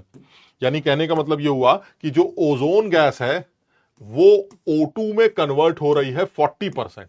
ये रिएक्शन 2O3 gives 3O2, सिर्फ 40%। और ये फिर वही है सर, अब ये फिर वही है, रोने पीटने वाले बच्चों के लिए नहीं है। ये एक एक्स्ट्रा समझ रहे, एक इंपॉर्टेंट सवाल, एक मुश्किल सवाल जो जेई के एडवांस लेवल पर भी पूछा जा सकता है या मेंस लेवल का एक अच्छा सवाल माना जा सकता है। तो अगर आप ओजोन को O2 में कन्वर्ट कर रहे हैं तो ये रिएक्शन, वो कह रहे हैं नहीं सारी नहीं कन्वर्ट हो रही, सिर्फ 40% हो रही। तो अगर आप खुद सोचे, अगर सिर्फ 40% हो रही है तो उसको हम ऐसे ले सकते हैं, अगर ये 100 है शुरू में तो ये 0 है। ठीक, अब इस 100 का 40% खत्म हो गया, यानी 100 में से 40 चला गया, तो ये कितना बना ये देखते, ये कितना बनेगा? तो मैंने कहा बड़ा आसान है सर, अगर इसके 2 खत्म होते हैं तो इसके 3 बनते, अगर इसका 1 खत्म होगा तो इसके 3/2 बनेंगे। इसके 40 खत्म हो रहे हैं, तो इसका मतलब इसके 40 इंटू 3/2 बनेंगे, दैट इज 60। क्लियर है? यानी कहने का मतलब यह हुआ कि अगर ओजोन का 40%, यानी अगर मैंने 100 ले लिया तो 100 में से 40 खत्म हो गया, तो यह बना कितना है वो कैसे निकालेंगे सर? वो निकालने का तरीका है कि अगर ओजोन के 2 घटेंगे तो O2 का 3 बनेंगे, तो अगर ओजोन के 40 घटे तो O2 के 60 बनेंगे। यानी अब आपके बर्तन में कौन कितना कितना बचा है सर? अब मेरे बर्तन में 60 तो ओजोन बची है और 60 ही O2 बनी है, यानी इतना ओजोन बचा हुआ है और इतनी O2 बनी हुई है। बताइए, समझ रहे बात को? अब क्या निकालना है सर? अब आपको एवरेज मोलर मास कैलकुलेट करना है, तो आप एवरेज मोलर मास कैलकुलेट अब कर सकते हैं। तो यानी कि अब एवरेज मोलर मास कितना निकल के आएगा? एवरेज मॉलिक्यूलर वेट इस मिक्सचर का वो आएगा 60 डिवाइडेड बाय 100 इंटू ओजोन का मोलर मास 48 प्लस ऑक्सीजन की परसेंट फ्रैक्शन कितनी है? 60/100 इंटू ऑक्सीजन का मोलर मास 32। अब आप इसको सॉल्व कर सकते हैं, एक बार सॉल्व करके देख लेते हैं। सॉल्व करके कितना आएगा? 60, 48, 48 और 32 कितना? 80। तो यानी 60/100 इंटू 80। तो ये अगर आप सॉल्व करते हैं तो कितना निकल के आ जाएगा? ये गया, ये गया, ये गया, ये गया, तो 8 6 48। तो एवरेज इज 48। 48 तो कोई ऑप्शन है नहीं, हमें लग रहा है हमने कुछ गड़बड़ कर दी है। एक बार जरा जल्दी से चेक करो, एक बार चेक करो जल्दी से, कहीं कुछ कैलकुलेशन में गड़बड़ तो नहीं है, या फिर कुछ और सोच हो, कुछ और सोच लग रही हो। एक बार और सोच के देखो क्या गड़बड़ हो सकती है, एक बार चेक करो।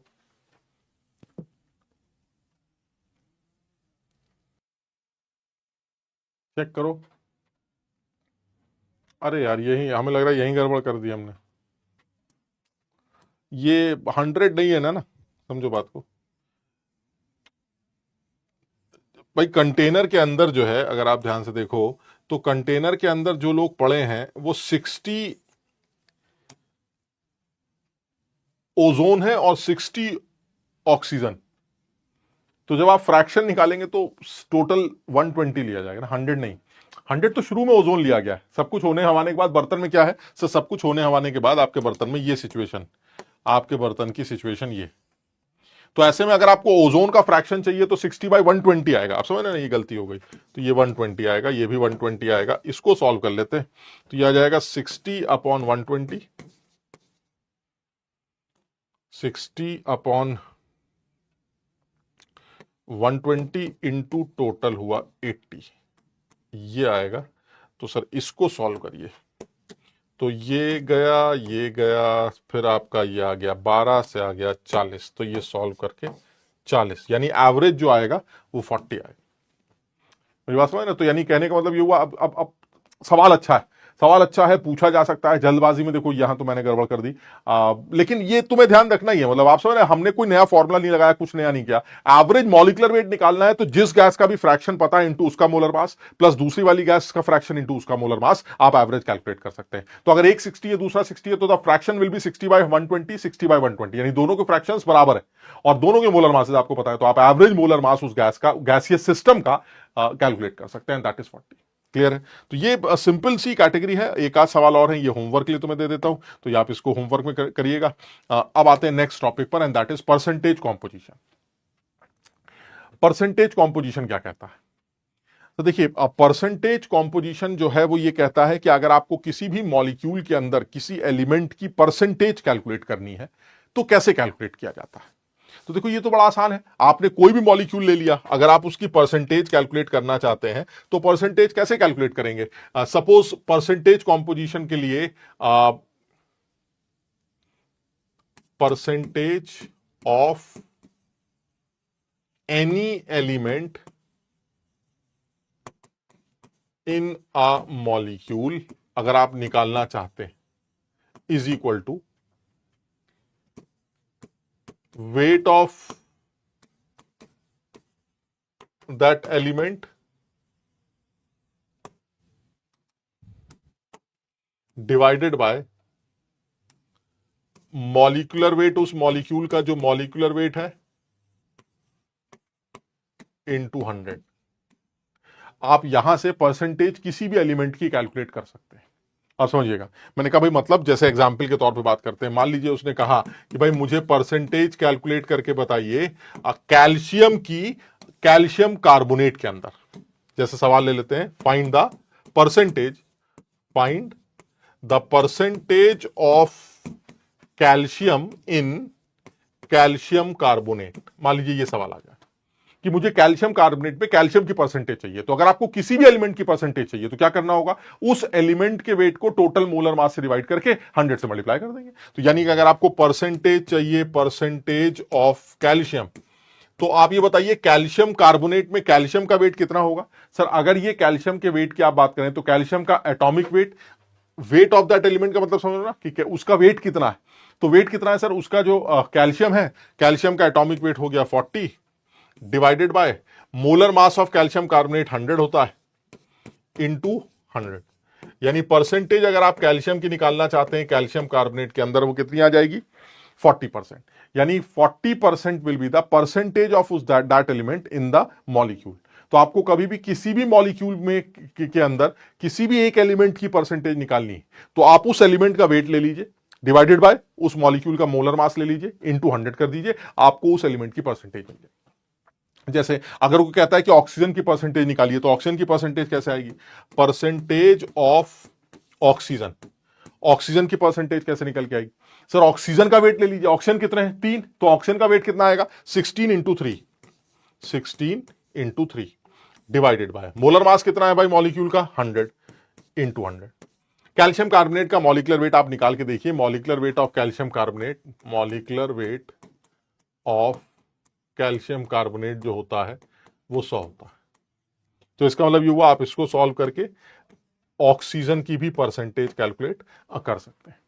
तो ये एक टॉपिक है जिस पर बहुत सारे सवाल बनते हैं। तो मैं सबसे पहले इसके बारे में बात कर रहा था कि अगर आपको कभी भी किसी एलिमेंट की परसेंटेज निकालनी है तो उसके वेट को ले लीजिए, टोटल मॉलिक्यूलर वेट से डिवाइड कर दीजिए, इनटू 100 कर दीजिए, आपको उस मॉलिक्यूल के अंदर उस एलिमेंट की परसेंटेज पता चल जाएगी। मुझे उस परसेंटेज से इस कैल्शियम कार्बोनेट के वेट से कोई लेना देना नहीं। यानी अगर 100 ग्राम हो, 200 ग्राम हो, 500 ग्राम हो, 4.5 ग्राम हो, कैल्शियम कार्बोनेट कितना भी ले लो, उसके अंदर जो एलिमेंट्स हैं उनकी परसेंटेजेस हमेशा फिक्स होती।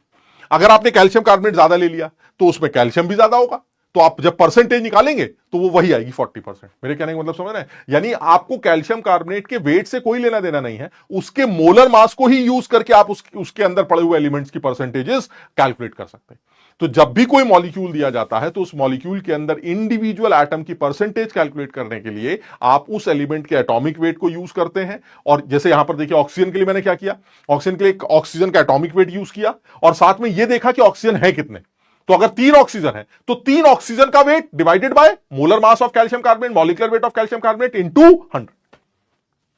क्लियर है, समझ में आया। और एग्जांपल से समझते हैं। मान लीजिए वो कहता है कि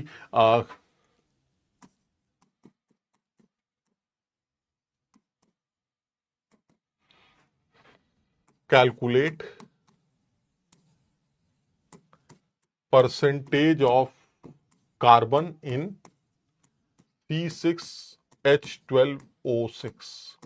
कार्बन की परसेंटेज बताइए C6H12O6 में। तो तरीका क्या होगा सर, कार्बन की अगर आप परसेंटेज निकालना चाहते हैं तो कैसे निकालेंगे, percentage of carbon is equal to weight of carbon divided by molecular weight, जो भी ये मॉलिक्यूल है उसका मॉलिक्यूलर वेट इनटू 100। क्लियर है। चलिए सर वेट ऑफ कार्बन कितने हैं, सर 6 कार्बन है, तो 6 कार्बन का वेट कैसे निकलेगा सर, भाई वाई मैप, एक कार्बन का वेट 12 होता है तो 6 कार्बन का वेट 12 इंटू 6 हो गया। तो इसका मतलब ये हुआ this is 12 into 6 divided by molar mass C6H12O6 का मोलर मास आप कैलकुलेट करिए 180 आएगा into 100। This is the percentage of carbon in this glucose. इस ग्लूकोज में कार्बन की परसेंटेज आप इस तरह से निकाल सकते हैं। इसका जो मोलर मास है आप कैलकुलेट करके देख लीजिएगा, इसका मॉलिक्यूलर वेट, कुछ लोग अब इसमें बड़ा परेशान होंगे कि सर आपको 180 कहां से आ गया, 180 आप कैलकुलेट करिएगा तो इसका जो मॉलिक्यूलर वेट आएगा वो 180 आएगा। तो इस 180 में कार्बन का वेट कितना है सर, 6 कार्बन है तो 6 कार्बन। यार ये तो बचपन से करते चले आ रहे हो ना यार, परसेंटेज निकालने के लिए मेरा अपॉन टोटल इंटू 100। तो आपको जिसकी भी परसेंटेज निकालनी है, अगर हाइड्रोजन की परसेंटेज निकालनी है तो हाइड्रोजन का wait total weight into 100। Hydrogen का वेट कितना होगा सर, 12 हाइड्रोजन है सर, एक हाइड्रोजन का एक होता है, 12 हाइड्रोजन का 12 होगा, तो यानी 12 अपॉन टोटल इंटू 100, तो हाइड्रोजन की परसेंटेज आ जाएगी। यानी यहां पर जिस तरह से आपने कार्बन की निकाली है उसी तरह से परसेंटेज ऑफ हाइड्रोजन भी निकाल सकते हैं। वो कितनी आ जाएगी, 12 into 1 upon total molar mass कितना है 180 इंटू 100। सर ये हाइड्रोजन की परसेंटेज आ जाएगी। इसी तरह से अगर आपको ऑक्सीजन की परसेंटेज निकालनी है तो percentage of oxygen is equal to 6 oxygen है तो 6 into 16 divided by total molecular weight 180 into 100, ये ऑक्सीजन की परसेंटेज आ जाएगी। आप किसी की भी मॉलिक्यूल के अंदर किसी भी एलिमेंट की परसेंटेज निकालने के लिए उस एलिमेंट के वेट को मॉलिक्यूलर वेट से डिवाइड करिए उस मॉलिक्यूल के, इंटू 100 करके आप उस पर्टिकुलर एलिमेंट की परसेंटेज कैलकुलेट कर सकते हैं। क्लियर है, समझ में आ गया? जैसे अब एक आध सवाल लेके देखते हैं। ये देखिए, ये मैं अपने मन से नहीं लाया हूं, ये सवाल पूछा गया। ये इसी साल मतलब लास्ट ईयर हमसे 2025 में थायरॉक्सिन के बारे में बात की है, और सवाल में कुछ भी नहीं है सर। जैसे अभी आपने ग्लूकोज वाला सवाल किया था, सेम सवाल है सर। आपने अभी ग्लूकोज में कार्बन की परसेंटेज पूछी थी, सर ये थायरॉक्सिन है सर, इस थायरॉक्सिन में आयोडीन की परसेंटेज पूछी जा रही है। तो तरीका क्या है सर, आयोडीन का wait upon molar mass of this thyroxine into 100, वही तो परसेंटेज होगी। तो अगर आपको आयोडीन की परसेंटेज निकालनी है तो percentage of iodine is equal to weight of iodine divided by molecular weight, जो भी इस गंदे से थायरॉक्सिन का मॉलिक्यूलर वेट है, इनटू 100। अब आयोडीन का वेट कितना होगा सर, एक आयोडीन ये है, एक आयोडीन ये है, एक आयोडीन ये है, एक आयोडीन ये है, यानी 4 आयोडीन है, तो 4 इंटू 127। एक आयोडीन का कितना होता है, एक आयोडीन का होता है 127, तो फिर 4 आयोडीन का कितना होगा, 4 into 127 divided by molecular weight of this molecule. अब इस मॉलिक्यूल का मॉलिक्यूलर वेट निकालो। तो जेई ने सवाल क्यों पूछा, फिर क्या नया है सर? यही सवाल तो ये वाला भी था ना, तो ऐसे ही पूछ लेता सर, इसमें क्या बुराई है सर, ये सब सेम ही तो है, ऐसे पूछ लेता ना, फिर मजा नहीं आता ना। मजा क्यों नहीं आता, क्योंकि वो इसका मॉलिक्यूलर वेट कैलकुलेट करवाना चाहता है। कल भी मैंने इस तरह का एक सवाल दिया था तुम्हें करने के लिए, मैं तो इसका मॉलिक्यूलर वेट निकलवाना चाहता हूं। मुझे पता होना चाहिए बच्चे को मॉलिक्यूलर वेट निकालना आता है कि नहीं, क्या उसको पता भी है कि यहां हाइड्रोजन लगी है, ये समझ रहे बात को? ये सारी चीजें सोचकर ही उसने सवाल बनाया होगा। ये हाइड्रोजन है, यहां एक हाइड्रोजन है, यहां एक हाइड्रोजन है, यहां एक हाइड्रोजन है, यहां 2 हाइड्रोजन है, यहां भी एक हाइड्रोजन है। ये बच्चे को पता होना चाहिए कि ये वो जगह है जिनको मुझे देखना है, जिनको सोचकर ही आंसर निकालना है। तो आप इन सब को जोड़ेंगे, जोड़ने के बाद आप इसका मॉलिक्यूलर वेट निकालेंगे, ये आपका काम है। मुझे पता है पहले से इसका मॉलिक्यूलर वेट 777 होता है। ये सवाल में नहीं दिया गया है, ये मैंने निकाला है। तो अगर ये 777 है तो इसका मतलब डिवाइड किससे करेंगे सर? डिवाइड आप करेंगे 777 से, 777 इंटू 100। इसको सॉल्व करके आप आयोडीन की परसेंटेज कैलकुलेट कर सकते हैं। समझिए बात, यानी सबसे पहले तो आयोडीन का वेट चाहिए, तो 4 आयोडीन है, 4 आयोडीन का वेट कैसे आएगा, एक आयोडीन का 127 है, तो 4 आयोडीन का 4 into 127 divided by molar mass of this, इस आदमी का मॉलिक्यूलर वेट। मॉलिक्यूलर वेट कैसे निकलेगा, वो आपको जोड़ना पड़ेगा, जोड़ने के बाद वो सब। तो इस सवाल को भी जेई ने पूछा क्यों, क्योंकि उसको पता है बच्चे गलत करेंगे, मॉलिक्यूलर वेट ही गलत आएगा। जब मॉलिक्यूलर वेट गलत आएगा तो आंसर भी गलत। समझ गया बात को? तो ये बड़े सीधा सा एक कैटेगरी है जिस पर सवाल हमसे आप पूछे जाते हैं। एक और देख लेते हैं। The commonly used pain reliever aspirin has the molecular formula C9H8O4। Aspirin को तुम आगे जब ऑर्गेनिक केमिस्ट्री पढ़ोगे, फिनॉल्स का चैप्टर पढ़ोगे, तो उस फिनॉल्स के अंदर भी तुम्हें ये एस्प्रिन वगैरह बनाना दिखाया जाएगा, है ना। रिएक्शन में आता है, बढ़िया से रिएक्शन कराई जाती। तो वो कह रहा है कि भाई मेरे पास एस्प्रिन है, उसका मॉलिक्यूलर फॉर्मूला दे रखा है, और वो कह रहा है कि उसके अंदर 0.968 ग्राम कार्बन। तो अब आप समझिएगा जरा, यानी कि C9H8O4। अब कुछ लोग कहेंगे सर ये तो सवाल गलत है सर, कार्बन 0.968 हो ही नहीं सकता। कार्बन अगर 9 है तो कार्बन का वेट तो 12 इंटू 9 होगा ना सर, एक कार्बन 12 होता है, तो 12 इंटू 9 कार्बन होगा। ये 0.968 ये क्या है, ये तो गलत है। नहीं, समझो, कार्बन का वेट 9 इंटू 12 तब होगा जब ये आदमी एक लिया जाएगा। मेरी बात सब लोग समझ रहे हैं मैं क्या कहना चाह रहा हूं? मतलब मैं ये बताना चाह रहा हूं कि इस आदमी का अगर 1 मोल लेते हो तो कार्बन का वेट 9 इंटू 12 ग्राम आएगा। लेकिन हो सकता है आपने इस आदमी का 1 मोल ना लिया हो, आपने इस आदमी का सैंपल छोटा सा लिया है। तो छोटा सा सैंपल, अभी मैंने क्या बताया था, कैल्शियम का वेट कम ज्यादा हो सकता है कैल्शियम कार्बोनेट के अंदर, लेकिन उसकी परसेंटेज हमेशा 40 आती। 100 ग्राम कैल्शियम कार्बोनेट में कैल्शियम 40 होता है सर, 200 ग्राम लोगे तो कैल्शियम 80 ग्राम हो जाएगा, परसेंटेज 40 आएगी सर। अगर आपने 500 ग्राम कैल्शियम कार्बोनेट ले लिया तो सर उसमें कैल्शियम 200 ग्राम होगा सर, परसेंटेज 40 आएगी। यानी कहने का मतलब यह हुआ, सैंपल के वेट को बढ़ाने से या घटाने से उसके अंदर जो एटम्स प्रेजेंट होते हैं उनका भी वेट कम ज्यादा होता रहता है, लेकिन उनकी परसेंटेज हमेशा फिक्स रहती। इसलिए परसेंटेज निकालते वक्त मुझे उस पूरे सैंपल के वेट से कोई लेना देना ही नहीं। मैं तो ये मान लेता हूं कि वो एक मॉलिक्यूलर वेट ले लो, उस मॉलिक्यूलर वेट में अब जैसे कोई पूछे कि what is the percentage of carbon, कैसे निकालोगे सर? कार्बन की परसेंटेज निकालने के लिए मुझे कार्बन का वेट चाहिए divided by molecular weight into 100, खत्म हो गया सवाल। लेकिन मुझे इस सवाल में परसेंटेज नहीं निकालनी। वो ये कह रहा है कि मुझे एक हमारे पास इस एस्पिरिन का एक सैंपल है, न जाने कितना है, उसमें कार्बन का जब वेट मैंने निकाला तो वो 0.968 आ रहा है। आप बताइए उस सैंपल में हाइड्रोजन का वेट कितना है? तो मैं ये बताना चाह रहा हूं कि मान लीजिए मेरे पास ये सैंपल, उसमें कार्बन इतना है, हाइड्रोजन इतना है और ऑक्सीजन इतना है। मेरी बात समझ रहे हो? यानी कहने का मतलब ये हुआ, अगर एस्पिरिन का सैंपल है, कार्बन, हाइड्रोजन, ऐसे समझाने के लिए बोल रहा हूं, ऑक्सीजन, ये कार्बन, हाइड्रोजन, ऑक्सीजन के वेट से। ठीक, अब आप ये बताइए, अगर मैं आपसे ये कहूं कि सैंपल इतना ना लेकर इतना लिया गया होता तब, तो सर उसमें कार्बन इतना होता, हाइड्रोजन इतना होता। यानी कार्बन ये है, हाइड्रोजन ये है, ऑक्सीजन ये है। यानी फर्क क्या पड़ गया? फर्क ये पड़ गया सर, अब कार्बन कम हो गया, हाइड्रोजन भी कम हो गया, ऑक्सीजन भी कम हो गया, लेकिन इन दोनों सैंपल में एक चीज कॉमन है, the percentage of carbon, percentage of carbon in sample 1 is equal to percentage of carbon in sample 2। Percentage same है सर, अमाउंट भले अलग अलग हो, लेकिन percentage same. This is sample 1 and this is sample 2। मेरी बात सब लोग समझ रहे हैं? यानी मैं ये बताना चाह रहा हूं कि एक सैंपल आपने किसी भी सब्सटेंस मॉलिक्यूल का ये लिया और एक सैंपल ये लिया। सैंपल को अगर आपने कम ज्यादा ले लिया, भाई आपने 100 ग्राम पानी की जगह 200 ग्राम पानी ले लिया, 1 किलो पानी ले लिया, 2 लीटर पानी ले लिया, 1 किलो पानी, जितना लेना, तो अगर आप सैंपल के वेट को कम ज्यादा करते हैं तो उसके अंदर जो एटम्स हैं उनका वेट भी तो कम ज्यादा हो रहा होगा, लेकिन उसकी परसेंटेज में कोई फर्क नहीं पड़ता सर। मेरी बात समझ रहे? यानी न्यूमरेटर बढ़ रहा है, डिनोमिनेटर भी बढ़ रहा है, इनटू 100 वैल्यू सेम आ रही।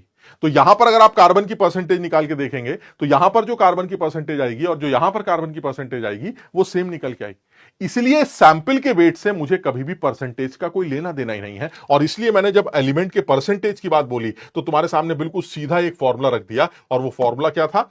मुझे नहीं मतलब है कि सैंपल का वेट कितना है, मैं तो ये मान लेता हूं मॉलिक्यूलर वेट लेके आओ और उस एलिमेंट का वेट लो। मैंने कहीं नहीं, यहां पर देखिए कैल्शियम की परसेंटेज निकालते वक्त मैंने ये नहीं देखा कि सैंपल कितना था, कितना कैल्शियम कार्बोनेट लेके आया। मुझे तो कैल्शियम कार्बोनेट कितना भी ले आओ मुझे फर्क नहीं पड़ता, उसका मॉलिक्यूलर वेट हमेशा 100 होता।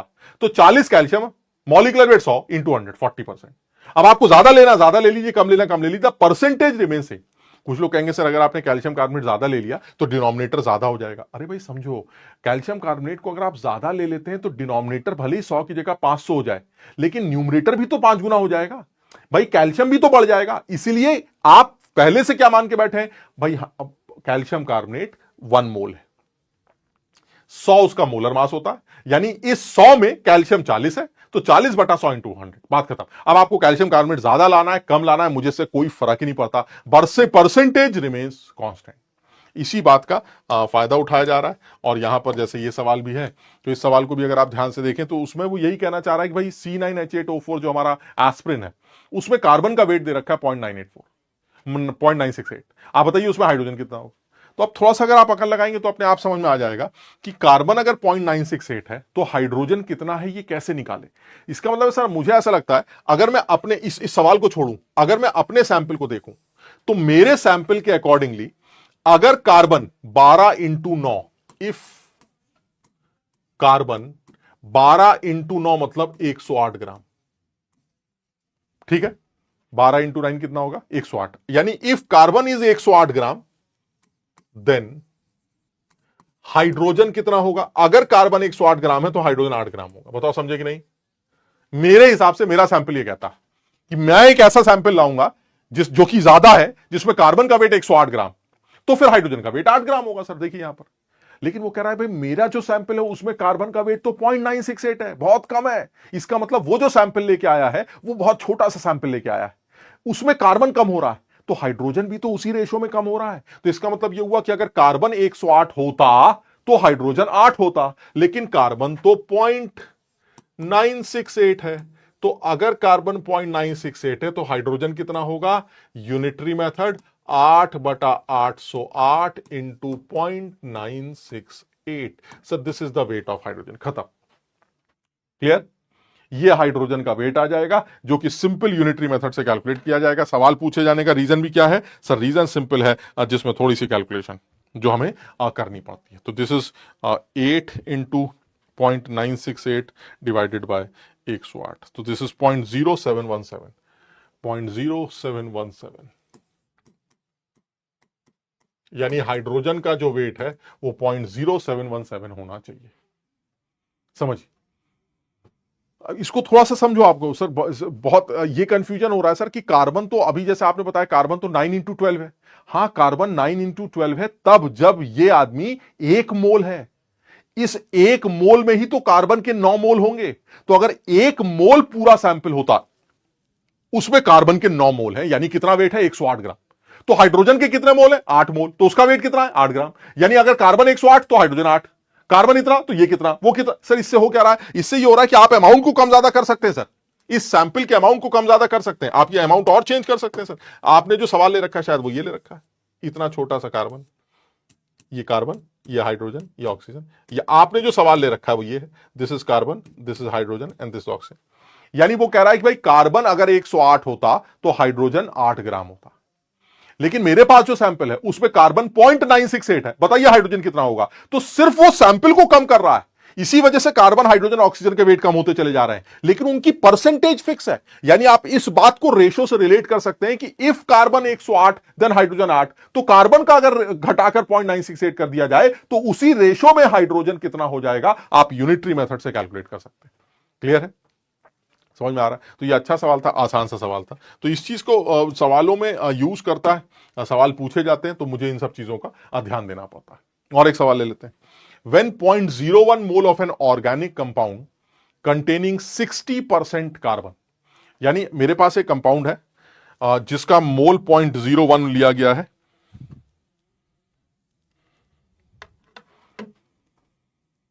और उसके अंदर कार्बन की जो परसेंटेज है वो 60% कार्बन। ठीक है? वो कह रहा है कि अगर मैं इसको कंप्लीटली बर्न करता हूं तो जो CO2 बनती है वो 4.4 ग्राम बनती है। यानी ये ऑर्गेनिक कंपाउंड है, इस ऑर्गेनिक कंपाउंड के 0.01 मोल लिए गए हैं। अगर मैं इसको कंप्लीटली बर्न करता हूं यानी ऑक्सीजन से रिएक्ट कराता हूं तो मुझे जो CO2 देखने को मिलती है वो 4.4 ग्राम देखने को मिलती है। तो अगर मैं थोड़ा सा दिमाग लगाऊं तो मेरा मन यह कह रहा है कि 0.01 मोल को कंबस्ट करने से, 0.01 मोल का कंबशन करने से अगर CO2 4.4 ग्राम मिली, तो अगर यही ऑर्गेनिक कंपाउंड 0.01 की जगह 0.1 मोल लिया गया होता, सॉरी 1 मोल लिया गया होता, तो ऑक्सीजन के साथ रिएक्ट कराने से या कंबशन कराने से जो CO2 बनती वो 440 ग्राम बनती। बताइए मेरी बात समझ रहे हैं? यानी छोटे से आदमी को कंबस्ट करा तो CO2 बनी 4.4, उसी से 100 गुना आदमी, भाई ये 0.01 है तो 0.01 से 4.4 बनी, तो अगर मैं इसको 100 गुना ले लेता हूं 1 मोल, तो ये भी 100 गुना वेट बनाएगा। यानी CO2 का वेट कितना हो जाएगा? 440। यानी कहने का मतलब अगर 1 मोल हाइड्रोकार्बन लेके आते हैं, 1 मोल ऑर्गेनिक कंपाउंड आप लेके आते, तो उसके कंबशन से 440 ग्राम CO2 बनती। यहां तक ठीक है? अच्छा सर, 1 मोल से अगर 440 CO2 बनती है तो इसका मतलब यह हुआ कि CO2 के कितने मोल बनते हैं? Moles of CO2। सर वाई मैप के accordingly given weight upon molar mass, यानी कि CO2 के 10 मोल बनते हैं सर। यानी अगर आपने 1 मोल का 1 मोल ऑर्गेनिक कंपाउंड लिया होता तो उसके कंबशन से CO2 जो बनती वो 10 मोल बनती। क्लियर है? तो अगर CO2 10 मोल बनती तो इसका मतलब है कार्बन के भी 10 मोल हुए होंगे। अगर CO2 के 10 मोल बने तो इसका मतलब कार्बन के भी 10 मोल रहे होंगे, और वो कार्बन के 10 मोल 1 मोल कंपाउंड के अंदर रहे होंगे। मेरी बात समझ रहे हैं? यानी एक चीज तो क्लियर है, मोल्स ऑफ CO2 अगर 10 है तो फिर moles of carbon in 1 mole organic compound वो कितने होंगे? सर वो भी 10 मोल होंगे। बताइए, समझे? यानी अगर CO2 के जो है वो 10 मोल बनती है तो कार्बन के भी तो 10 मोल बने ना। नहीं समझे भाई? अगर किसी भी हाइड्रोकार्बन के कंबशन से आपने CO2 बनाई और ये जो CO2 बनी, मान लीजिए ये 10 मोल बनी, तो अगर CO2 10 मोल बन रही है तो इसका मतलब कार्बन के भी 10 मोल आ गए। वो कहां से आए सर? वो हाइड्रो उसी ऑर्गेनिक कंपाउंड से आए। तो यानी उस ऑर्गेनिक कंपाउंड में कार्बन 10 मोल रहा होगा। कितने ऑर्गेनिक कंपाउंड में 10 मोल रहा होगा सर? 1 मोल है ना। 1 मोल ही तो आपने ऑर्गेनिक कंपाउंड का कंबशन किया, तो 1 मोल के कंबशन से 10 मोल CO2 बनती है, इसका यह मतलब। तो अगर 1 मोल से 10 मोल CO2 बनती है तो इसका मतलब 10 मोल कार्बन तो बने ही बने।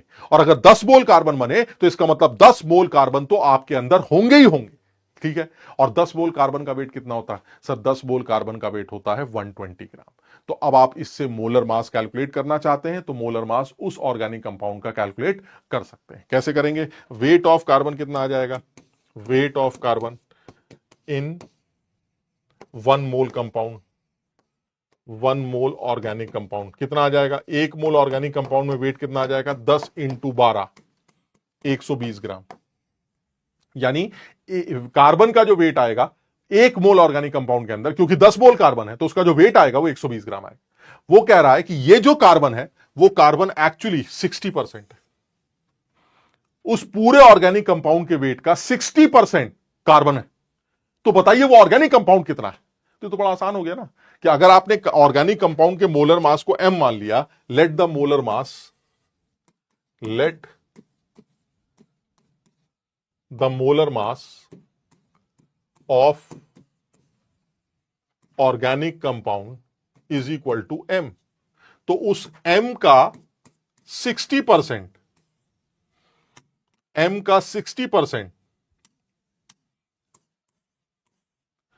कार्बन का वेट, तो m की वैल्यू कितनी आ गई? 200 ग्राम पर मोल। यानी कहने का मतलब यह हुआ कि अगर मैं ये कहूं कि मेरे पास 0.01 मोल ऑर्गेनिक कंपाउंड है तो CO2 4.4 बनती है, तो मैं इसको ऐसा कर लेता हूं कि अगर 1 होता तो CO2 440 बनती। यानी 1 मोल के अंदर CO2 अगर 440 बनी तो इसका मतलब है CO2 के 10 मोल बने। और अगर CO2 के 10 मोल बने तो कार्बन के भी 10 मोल बने, यानी कार्बन के 10 मोल रहे होंगे। अब अगर कार्बन के 10 मोल है तो वो कहां से आए सर? वो यहां से आए। यानी 1 मोल के अंदर कार्बन कितना है? 10 मोल। क्लियर है? 10 मोल का वेट कितना होता है? 120 ग्राम। यानी 120 ग्राम कार्बन यहां है। यानी अगर इसका 1 मोल लोगे तो उसमें 120 ग्राम कार्बन। क्लियर है? तो बताइए इसका मोलर मास कितना है? अरे भाई 1 मोल का जो मास होगा वही तो मोलर मास होगा। तो उस मोलर मास में अगर कार्बन 120 है जिसकी परसेंटेज 60 है, तो उस m की वैल्यू कैसे निकालेंगे? यानी अगर मैं इस m की वैल्यू निकालना चाहता हूं तो मान लेते हैं कि उस आदमी का जो 1 मोल लिया आपने, ये जो 1 मोल आपने लिया था, इस 1 मोल का जो मास होगा वो होगा मोलर मास के बराबर। 1 मोल के मास को क्या कहते हैं? Molar mass. तो अगर 1 मोल में यानी इस मोलर मास में कार्बन का जो वेट है वो 120 है, तो इस m की वैल्यू कैसे निकालेंगे? m का 60% कार्बन होना चाहिए और वो कार्बन ऑलरेडी कितना दे रखा है? 120। वो आपने अभी निकाला, तो इसका मतलब मोलर मास की वैल्यू कितनी आ गई?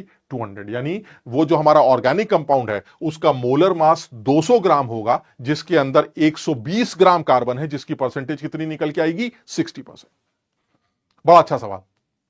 अब इसको थोड़ा सा अपने आप एक बार और समझने की कोशिश करते हैं। आप सवाल फिर से एक बार समझते हैं। सवाल में क्या कहना चाह रहा है? सवाल वो कह रहा है कि भाई मेरे पास 0.01 मोल ऑर्गेनिक कंपाउंड, उससे CO2 बनी 4.4। तो सबसे पहले मैंने सवाल को चेंज कर लिया कि अगर 0.01 से 4.4 बनती है तो फिर 1 लेते तो 440 बनती है। यहां तक ठीक है? इसका मतलब 1 मोल अगर ऑर्गेनिक कंपाउंड है, 1 मोल ऑर्गेनिक कंपाउंड का वेट कितना होता है जरा बताओ? सर 1 मोल का जो वेट होता है वो उसके मोलर मास के बराबर होता है m। यानी अगर वेट m होता तो CO2 बनती 440। और उसमें कार्बन कितना होता? सर CO2 अगर 440 है इसका मतलब 10 मोल है, तो कार्बन भी 10 मोल है। देख रहे हैं? जितनी CO2 उतना ही कार्बन, यानी कार्बन भी 10 मोल है। और अगर कार्बन 10 मोल है तो कार्बन का वेट कितना हुआ? 120। यानी अगर m है तो उससे CO2 बनेगी, कार्बन बनेगी, उससे कार्बन बनेगा 120। यानी अगर मोलर मास m है तो कार्बन का जो वेट आएगा वो 120 आएगा। वो कह रहा है कार्बन का वेट तो 120 है लेकिन वो वेट एक्चुअली 60% है इस m का। तो m का 60% अगर आप करें तो वो कार्बन का वेट होना चाहिए। तो यानी m का 60% कितना हुआ? m का 60% is equal to weight of carbon, जो कि आपने कितना निकाल लिया है? 120। इक्वेट करके m की वैल्यू आप कैलकुलेट कर सकते हैं। यानी उस ऑर्गेनिक कंपाउंड का मोलर मास एक्चुअली 200 रहा होगा, उस 200 के अंदर कार्बन का परसेंटेज 60% है, क्योंकि उसका वेट 120 आ रहा है। क्लियर है? तो इस सवाल को एक बार जरूर रिवाइज करेंगे ना, इस सवाल को एक बार जरूर देखेंगे, एक बार अपने आप भी समझने की कोशिश करेंगे और इसको ध्यान रखने की कोशिश करेंगे कि भाई करा कैसे गया है, करा बड़ा। और इस तरह के और भी सवाल होंगे जिसके बारे में डिस्कशन की जा सकती है, हम बात करते हैं। ये देखिए, the number of nitrogen atoms in 681 gram of C7H5N3O6 is this. यानी इसके अंदर, इस कंपाउंड के अंदर नाइट्रोजन एटम्स के नंबर निकालने हैं कि नाइट्रोजन के कितने एटम्स। तो सबसे पहले आप खुद सोचिए कितना सिंपल सवाल है। अगर मैं आपको ये मॉलिक्यूल दे दूं और उसका टोटल वेट दे दूं, तो क्या आप इस पूरे मॉलिक्यूल के मोल्स कैलकुलेट कर लेंगे?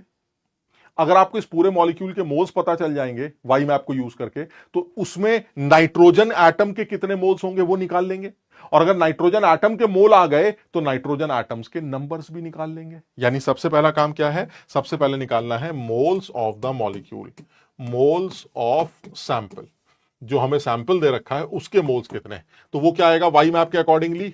Mass upon molecular wait. अब जरा सोच के बताओ, कैलकुलेट करके मॉलिक्यूलर वेट कितना आएगा। तो जब आप इसको कैलकुलेट करेंगे तो इसका मॉलिक्यूलर वेट कैलकुलेट कर लोगे। इसका मॉलिक्यूलर वेट 7 कार्बन है तो 12 इंटू 7 84, प्लस 5 हाइड्रोजन है तो 5, 3 नाइट्रोजन है तो 42, ऑक्सीजन है तो 96।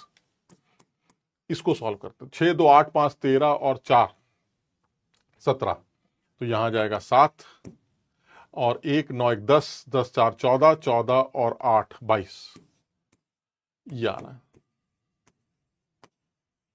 यानी इस आदमी के हमारे पास 3 mole, given mass upon molar mass. अब अगर इसके 3 मोल हैं तो बताओ कार्बन के कितने मोल होंगे? सर अगर इस पूरे के 3 मोल हैं तो कार्बन के, क्योंकि 7 एटम्स हैं, तो 7 मोल होंगे। 7 इंटू 3, यानी अगर यह आदमी 1 मोल होता तो उसमें कार्बन के 7 मोल होते। क्योंकि इस आदमी के 3 मोल लिए गए हैं तो उसमें कार्बन के मोल 7 इंटू 3 होंगे। नाइट्रोजन के मोल्स कितने होंगे? Sir 3 into 3। इसका मतलब मोल्स ऑफ नाइट्रोजन कितने आ गए? मोल्स ऑफ नाइट्रोजन एटम कितने आ गए? मोल्स ऑफ नाइट्रोजन एटम आ गए 3 इंटू 3, दैट इज 9। यानी नाइट्रोजन के 9 मोल हो गए। और जब मोल पता चल जाए तो नंबर ऑफ एटम्स कैसे निकलते हैं वाई मैप के हिसाब से? नंबर ऑफ एटम्स अगर आप निकालना चाहते हैं तो वो आ जाएंगे 9 इंटू अवागाड्रो नंबर, और अवागाड्रो नंबर हमें दे रखा है 6.02 इंटू 10⁻23।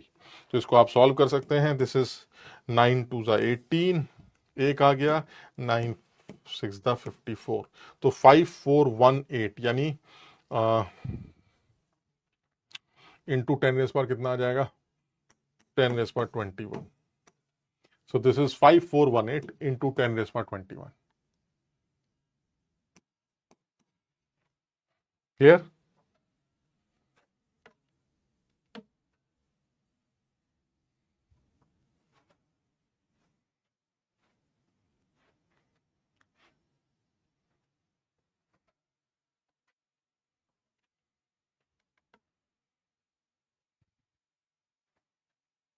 क्लियर है? यानी अगर आपको टोटल सैंपल का वेट दे रखा है तो आप सैंपल के वेट से सबसे पहले सैंपल के मोल्स कैलकुलेट कर लीजिएगा, मोलर मास से डिवाइड करके। और जब मोल्स आ जाएं तो आप इंडिविजुअल एटम के मोल्स भी निकाल सकते हैं उनकी एटॉमिसिटी से मल्टीप्लाई करके। कार्बन की एटॉमिसिटी कितनी है? कार्बन के क्या एटम्स कितने हैं? 7। तो जो भी सैंपल के मोल्स हैं अगर मैं 7 से मल्टीप्लाई कर दूं तो कार्बन के मोल्स आ जाएंगे। यानी अगर कोई पूछे कि इस सैंपल में कार्बन के मोल्स कितने हैं, तो कार्बन के मोल्स कितने आएंगे? सैंपल के मोल दैट इज 3 इंटू 7। हाइड्रोजन के मोल कितने आएंगे? 3 इंटू 5। नाइट्रोजन के मोल कितने आएंगे? 3 इंटू 3। ऑक्सीजन के मोल्स कितने आएंगे? 3 इंटू 6। सबके मोल्स पता चल जाएंगे।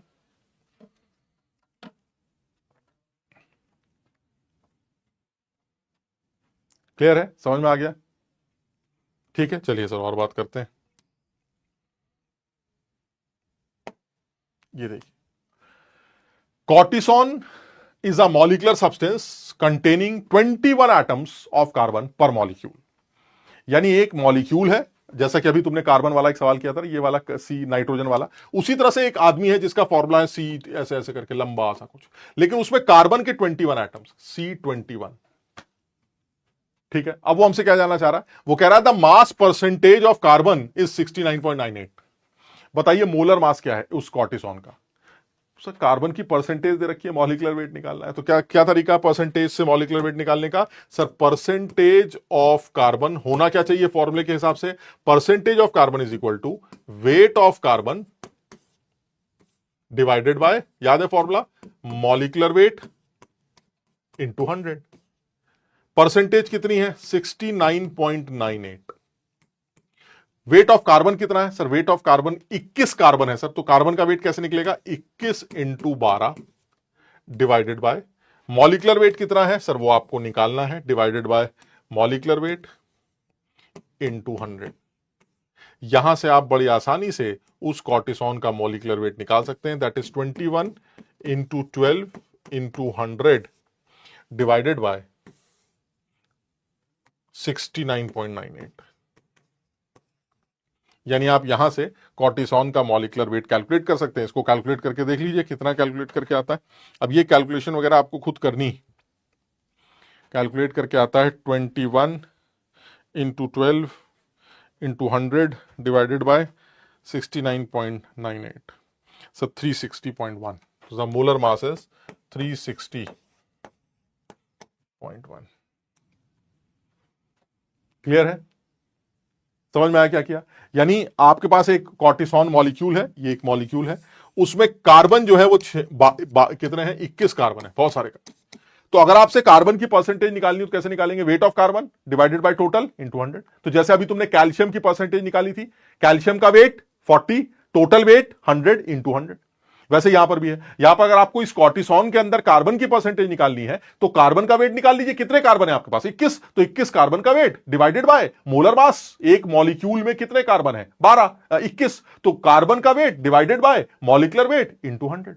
परसेंटेज कैलकुलेशन, यानी परसेंटेज कैलकुलेशन के लिए तो कोई चक्कर ही नहीं है। आप उस मॉलिक्यूल का एक मोल मानिए, आप डिनोमिनेटर में उसका मॉलिक्यूलर वेट रखिए, ऊपर उस आइटम का वेट रखिए, इंटू 100 करके परसेंटेज कैलकुलेट कर लीजिए। वही जो परसेंटेज कैलकुलेशन का आपने अभी फॉर्मूला याद किया। यानी परसेंटेज कैलकुलेशन के लिए तो एकदम सोचना ही नहीं है। Percentage of any element is equal to weight of that element divided by molecular weight into 100। खत्म। इस सवाल में भी ये कार्बन की परसेंटेज निकालनी है, तो कार्बन की percentage is equal to carbon का वेट मॉलिक्यूलर वेट इंटू 100। सॉल्व कर लिया, खत्म। क्लियर है? समझ में आ गया?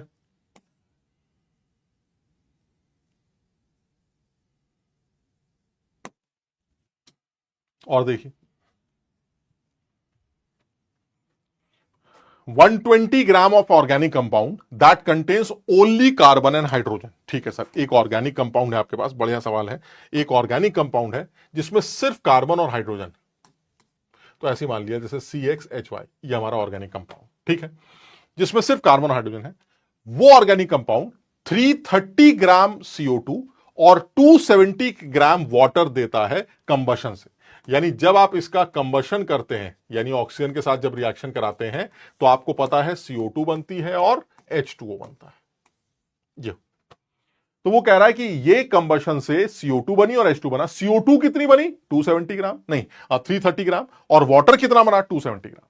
वो ये जानना चाहता है कि क्या आप बता सकते हैं कि कार्बन और हाइड्रोजन की परसेंटेज क्या है उस ऑर्गेनिक कंपाउंड के अंदर? कार्बन की परसेंटेज कितनी है और हाइड्रोजन की परसेंटेज कितनी? तो मुझे अगर उस ऑर्गेनिक कंपाउंड का फॉर्मूला पता चल जाए, जैसे C2H6, तो कार्बन की परसेंटेज निकल आएगी, कार्बन का वेट टोटल वेट इंटू 100। यानी मुझे एक्चुअली कॉन्सेंट्रेट क्या करना है? मुझे कॉन्सेंट्रेट करना है कि भाई साहब आप ये बताइए इस ऑर्गेनिक कंपाउंड का, इस हाइड्रोकार्बन का फॉर्मूला क्या है, ताकि मैं इंडिविजुअल एलिमेंट्स की परसेंटेजेस कैलकुलेट कर सकूं। क्लियर है? तो मुझे उसके फॉर्मूले पे कॉन्सेंट्रेट करना है। तो अब आप सोचिए जरा फॉर्मूला कैसे निकाले। एक बार लगाओ जोर, जरा दिमाग लगाओ कैसे निकालें। कि अगर मुझे कार्बन का वेट दे रखा हो 300, CO2 का वेट दे रखा हो 330 ग्राम, और पानी का वेट दे रखा हो 270 ग्राम, तो मुझको ये कैसे पता चलेगा? और ये हाइड्रोकार्बन कितना है सर? ये 120 ग्राम। यानी 120 ग्राम के कंबशन से 330 ग्राम CO2 और 270 ग्राम पानी बन रहा है। तो कार्बन का कितना है और हाइड्रोजन कितना है, यह कैसे कैलकुलेट किया जाए, समझो, अकल लगाओ। कार्बन की परसेंटेज क्या है और हाइड्रोजन की परसेंटेज क्या है। तुम देखो, थोड़ा सा अगर अकल लगाओ तो तुम समझ सकते हो यार। एक बार ऐसे सोचो, कार्बन की परसेंटेज निकालना है तो इसका मतलब ये हुआ कार्बन का वेट जितना भी होगा divided by total wait into 100। तो अगर मैं ये कहूं कि 120 ग्राम का आपने ये हाइड्रोकार्बन लिया है, तो इस 120 में कार्बन जितना भी होगा, अगर ये पता चल जाए तो उससे कार्बन की परसेंटेज आ जाएगी। ठीक है, करें कैसे सर? बड़ा आसान है। 330 ग्राम CO2, मैंने अभी किया था ये सवाल, बिल्कुल सिमिलर, 330 अपॉन 44 मोल CO2। मानते हो बात को? मोलर मास से डिवाइड कर दिया। अब ये बार बार मत करना, total weight upon molar mass is moles. अगर CO2 के मोल पता चल गए तो कार्बन के मोल कितने होंगे? सर कार्बन एक ही है, तो जितने CO2 उतने ही कार्बन, तो यानी यही किसके मोल्स हो गए? 330 अपॉन 44 मोल कार्बन। ये कार्बन के मोल आ गए। और जब कार्बन के मोल आ गए तो कार्बन की वेट आ गई, कितनी? 330 अपॉन 44 इंटू 12 ग्राम कार्बन। कितना है ये कार्बन, जरा चेक कर लेते हैं। सर ये रफली रफली देखें तो ये 11 से जाएगा, 11 4 आएगा, ऊपर 30 आएगा, 4 से ये चला जाएगा तो 90 ग्राम आएगा सर, 90 ग्राम। यानी कार्बन के 90 ग्राम है। क्या मतलब इस बात का? यानी 330 ग्राम CO2 जो बनी है, उस 330 ग्राम CO2 में कार्बन का जो वेट है वो 90 ग्राम है। समझो कैसे? सर 330 ग्राम CO2 से CO2 के मोल आ गए, जितने CO2 के मोल हैं उतने ही कार्बन के मोल हैं, और जब कार्बन के मोल आ जाते हैं तो कार्बन का वेट आ जाता है। यानी एक तरह से देखा जाए तो 120 ग्राम को कंबस्ट करने से कार्बन जो है वो 90 ग्राम है। यानी इस 120 ग्राम में कार्बन जो है 90 ग्राम है भाई साहब। तो अगर 120 ग्राम में कार्बन 90 है तो परसेंटेज ऑफ कार्बन होगी 90 डिवाइडेड बाय 120 इंटू 100, और जब आप इसको सॉल्व करेंगे तो ये 75% निकला। यानी कार्बन की जो परसेंटेज आ रही है वो 75% आ रही है। कार्बन की जो परसेंटेज आ रही है वो 75 आ रही है। और इन चारों में अगर ऑप्शंस देखें तो सिर्फ एक ही ऑप्शन ऐसा है जिसमें कार्बन की परसेंटेज 75। थोड़ा सा अपने आप अगर लगाओ, अपने आप समझने की कोशिश करो कैसे किया गया। यानी ये सवाल बड़े, और तुम देख रहे हो ये ऑलमोस्ट सिमिलर कैटेगरी का सवाल है जो हमने इससे पहले जो तुमको मैंने रिवाइज करने के लिए बोला, इस सवाल को भी रिवाइज करने के लिए बोल रहा हूं। रीजन मैं तुम्हें बताता हूं। रीजन ये है कि जेई जो है वो ये CO2 और H2 वाले सवाल बहुत बार पूछ चुका है, कम से कम 20 बार पूछ चुका है। तो बच्चों को ये हर बार कंफ्यूजन होता है, सर CO2 दे रखी है, सर आप कार्बन तक कैसे पहुंच जाते हैं? तो जो CO2 होता है उससे कार्बन तक कैसे पहुंचा जा रहा है वो बता रहा हूं मैं। CO2 का वेट दे रखा है, उससे CO2 के मोल आ गए, CO2 के मोल आ गए तो कार्बन के मोल आ गए। क्यों? क्योंकि एक CO2 में एक कार्बन है, तो अगर CO2 इतने मोल है तो कार्बन भी इतने मोल होंगे, कार्बन के मोल आ गए। जब कार्बन के मोल आ जाते हैं तो कार्बन का वेट भी आ जाता है। वही वाई मैप, मोल से वेट कैसे निकलता है? मोलर मास से मल्टीप्लाई करके। तो मैंने 12 से मल्टीप्लाई कर दिया, यानी 90 ग्राम एक तरह से कार्बन बना है। यानी एक तरह से देखा जाए तो 120 ग्राम के कंबशन से 90 ग्राम कार्बन बन रहा है। ठीक, इसका मतलब यह हुआ कि 120 ग्राम ऑर्गेनिक कंपाउंड में कार्बन 90 ग्राम रहा होगा। मास तो कंजर्व रहता है, जितने कार्बन का मास यहां होगा उतना ही कार्बन CO2 के अंदर चला जाएगा। तो उस CO2 के अंदर कार्बन अगर इतने ग्राम है, 90 ग्राम, तो वो कहां से आया होगा? वो ऑर्गेनिक कंपाउंड से आया होगा। यानी ऑर्गेनिक कंपाउंड में 90 ग्राम कार्बन है, लेकिन ऑर्गेनिक कंपाउंड तो 120 ग्राम लिया गया है, उसमें 90 ग्राम कार्बन है, तो परसेंटेज कितनी हुई? सब परसेंटेज 90 अपॉन 120 इंटू 100 करके आप 75% कैलकुलेट कर सकते हैं। और अगर कार्बन की परसेंटेज आ जाएगी तो उसी के हिसाब से आप हाइड्रोजन की परसेंटेज निकाल सकते हैं। 100 में से माइनस करके सीधे सीधे आप डायरेक्टली भी 25% लिख सकते हैं, डायरेक्टली 25% लिख सकते हैं। क्यों? क्योंकि आपके कंपाउंड में सिर्फ क्या है? Only carbon and hydrogen. तो अगर कार्बन एक 75 है तो हाइड्रोजन पक्का क्या होगा? 25%। क्लियर है? समझ में आया? और देखते हैं।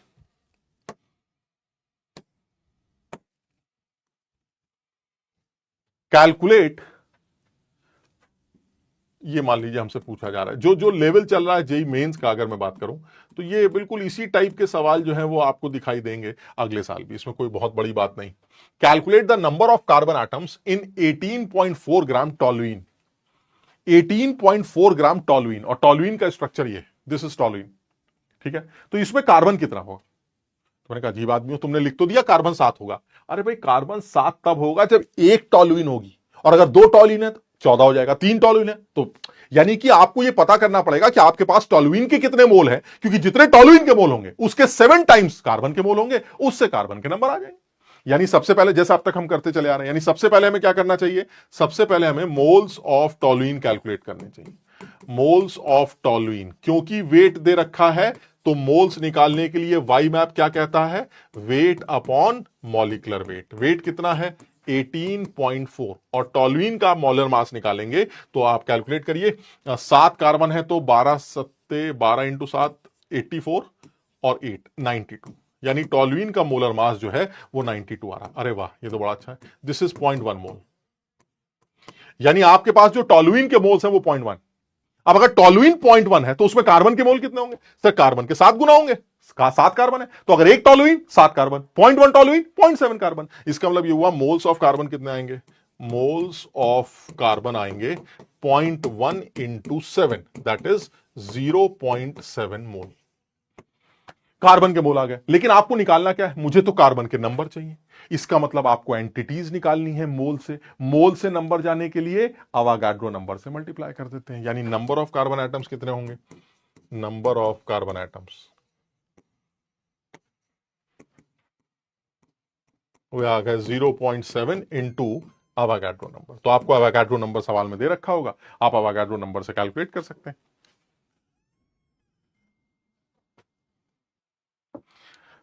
तो यार यहां पे ना हमें लग रहा है ये कुछ गड़बड़ की है, ये 0.2 है ना, ये 0.2 मोल है ना, 0.2 मोल, तो ये हमारे 0.2 होंगे ना, 0.2, तो ये 1.4 होगा, 1.4 मोल है ना। और ये जो आपका आंसर आ जाएगा ये 1.4 इंटू एन आ जाएगा, तो दिस इज 1.4 इंटू एन। तो आपको number of carbon atoms 1.4 into N मिल जाए। यानी ये एक अच्छा इसको एक समझने की कोशिश करो, बिकॉज ये बहुत ज्यादा यूज होगा आगे भी। तो इसको समझो कि अगर मुझे सैंपल के मोल पता है, मतलब अगर मैं इन सारे सवालों का एक छोटा सा क्रक्स तुम्हें दूं, तो मैं ये कहना चाह रहा हूं कि मान लो मेरे पास एक मॉलिक्यूल है AXBYCZ, ये एक मॉलिक्यूल है जिसके हमारे पास मान लीजिए 10 मोल्स है। एक मॉलिक्यूल है जिसके हमारे पास 10 मोल्स है। तो कोई मुझसे पूछे कि ए के कितने मोल्स हैं, तो ए के जो मोल्स होंगे, मोल्स ऑफ ए वो होंगे 10 इंटू एक्स। भाई अगर ये 1 मोल है तो एक्स मोल ए होगा, तो अगर ये 10 है तो 10x हो जाएगा, तो 10 इंटू एक्स। इसी तरह से अगर कोई पूछे मोल्स ऑफ बी कितने होंगे, तो वो होगा 10 इंटू वाई। और इसी तरह से कोई पूछे कि मोल ऑफ जेड कितने हैं, सॉरी मोल्स ऑफ सी कितने हैं, तो वो होगा 10 इंटू जेड। तो ये एक बात है जो कि इंपॉर्टेंट है, जिस पर आगे भी बड़ा इस्तेमाल होता है कि भाई आपको किसी मॉलिक्यूल के मोल दे रखे और आपसे पूछा जा रहा है ए के कितने मोल होंगे, बी के कितने मोल होंगे, तो आपको सीधे सीधे उस ए बी, ये जो हमारा X Y Z and they are what, they are the atomicities of A B C. तो ए की जो एटम्स कितने प्रेजेंट है एक्स, तो आपने टोटल मॉलिक्यूल के मोल को उस एटम के एटॉमिसिटी से मल्टीप्लाई कर दिया। यानी अगर ये आदमी पूरा 1 मोल होता तो ए का एक्स मोल होता, बी का वाई मोल होता, सी का जेड मोल होता। लेकिन क्योंकि ये आदमी 10 मोल है तो ए का 10x हो जाएगा, बी का 10y हो जाएगा, सी का 10z हो जाएगा। मेरी बात समझ ना। तो यानी पूरे मॉलिक्यूल के मोल अगर दिए जाएं तो उसके अंदर जो इंडिविजुअल एटम्स प्रेजेंट हैं उनके मोल्स कैसे निकाले गए। पूरे मॉलिक्यूल के मोल अगर 10 है तो ए के 10x, जो भी नीचे नंबर है उसको सीधे उसके मोल से मल्टीप्लाई कर दो, 10 into X, 10 into Y, 10 into Z. आपको इंडिविजुअल एटम्स के मोल्स मिल जाएंगे। और जब इंडिविजुअल एटम्स के मोल्स मिल जाते हैं तो उनका वेट निकाल लो। भाई मोल के बाद वेट, मोल के बाद नंबर, ये सब तो आपने वाई मैप में कर रखा है। तो जैसे ही मोल आ गए, अगर आपको नंबर निकालने तो एन से मल्टीप्लाई कर दिया। अगर आपको वेट निकालना होता तो 1.4 को इस कार्बन के मोलर मास से मल्टीप्लाई कर देते। तो एक बार मोल आ गया तो मोल के बाद आपको कहीं भी जाना है आप जा सकते हैं। अवागाड्रो नंबर को यूज करोगे तो नंबर आ जाएंगे, मोलर मास को यूज करोगे तो मास आ जाए। समझ पाए बात को?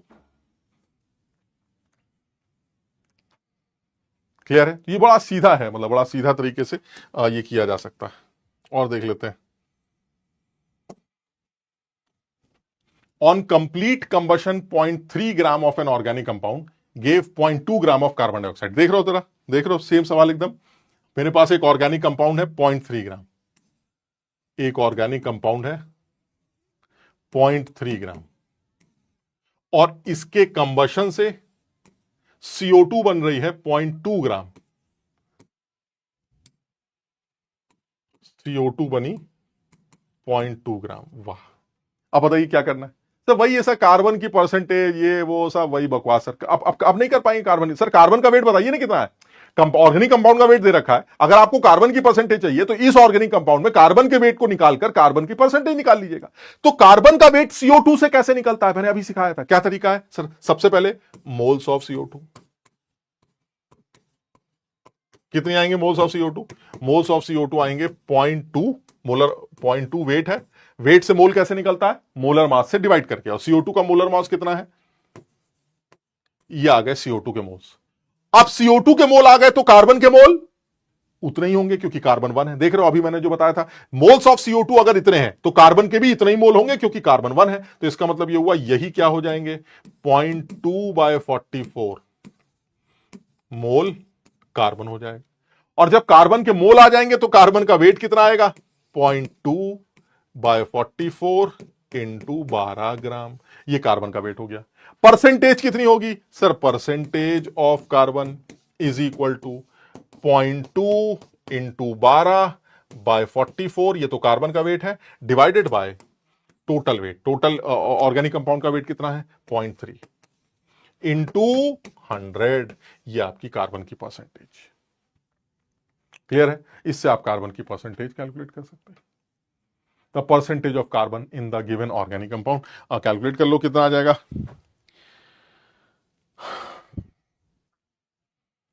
0.2, थोड़ा सा सिंप्लीफाई कर लेते हैं, तो 0.2 इंटू 12, यह आ गया 2.4 इंटू 100 डिवाइडेड बाय 44 इंटू 0.3। इससे आप रफली परसेंटेज कैलकुलेट कर सकते हैं। कितना आ जाएगा जरा कैलकुलेट करिए सर। ये आ जाएगा 2.4 into 100 divided by 44 divided by 0.3, ये 18% आ गया, ऑलमोस्ट 18%। यानी the percentage of carbon is 18%। इसी तरह से अगर हाइड्रोजन की परसेंटेज निकालनी है तो पानी के वेट से पानी के मोल आ जाएंगे, और पानी के मोल से दुगने कर देंगे, तो क्योंकि पानी होता है H2O, तो अगर पानी के मोल आपके आएंगे 0.1/18, तो उससे हाइड्रोजन के मोल कितने आएंगे सर? दुगने आएंगे। यानी मोल्स ऑफ हाइड्रोजन कितने हो जाएंगे? मोल्स ऑफ हाइड्रोजन हो जाएंगे 2 टाइम्स 0.1/18। ये हाइड्रोजन के मोल्स। और हाइड्रोजन के मोल से हाइड्रोजन का वेट, जैसे CO2 के मोल से कार्बन के मोल, कार्बन के मोल से कार्बन का वेट, वैसे ही H2O के मोल से हाइड्रोजन के मोल, हाइड्रोजन के मोल से हाइड्रोजन का वेट। और फिर परसेंटेज निकालने के लिए 0.3 से डिवाइड करके 100 से मल्टीप्लाई कर देंगे तो हाइड्रोजन की परसेंटेज आ जाएगी। बस ये ध्यान रखना, हाइड्रोजन के केस में दुगना करना पड़ेगा। यहां 2 से मल्टीप्लाई कर रहे हैं। क्यों कर रहे हैं सर? 2 से इसलिए मल्टीप्लाई कर रहे हैं क्योंकि H2O में 2 हाइड्रोजन होते हैं। तो अगर H2O के मोल 0.1/18 है तो H के दुगने होंगे, ये आ गया। और जब मोल आ जाएगा तो H का वेट आ जाएगा, वेट से परसेंटेज निकाल लेना, खत्म। क्लियर है? तो ये बड़े सीधे हैं। कुछ सवाल होंगे जो तुम्हें करने के लिए दिए जाएंगे। कुछ और भी चीजें होंगी जो हम डिस्कस करेंगे।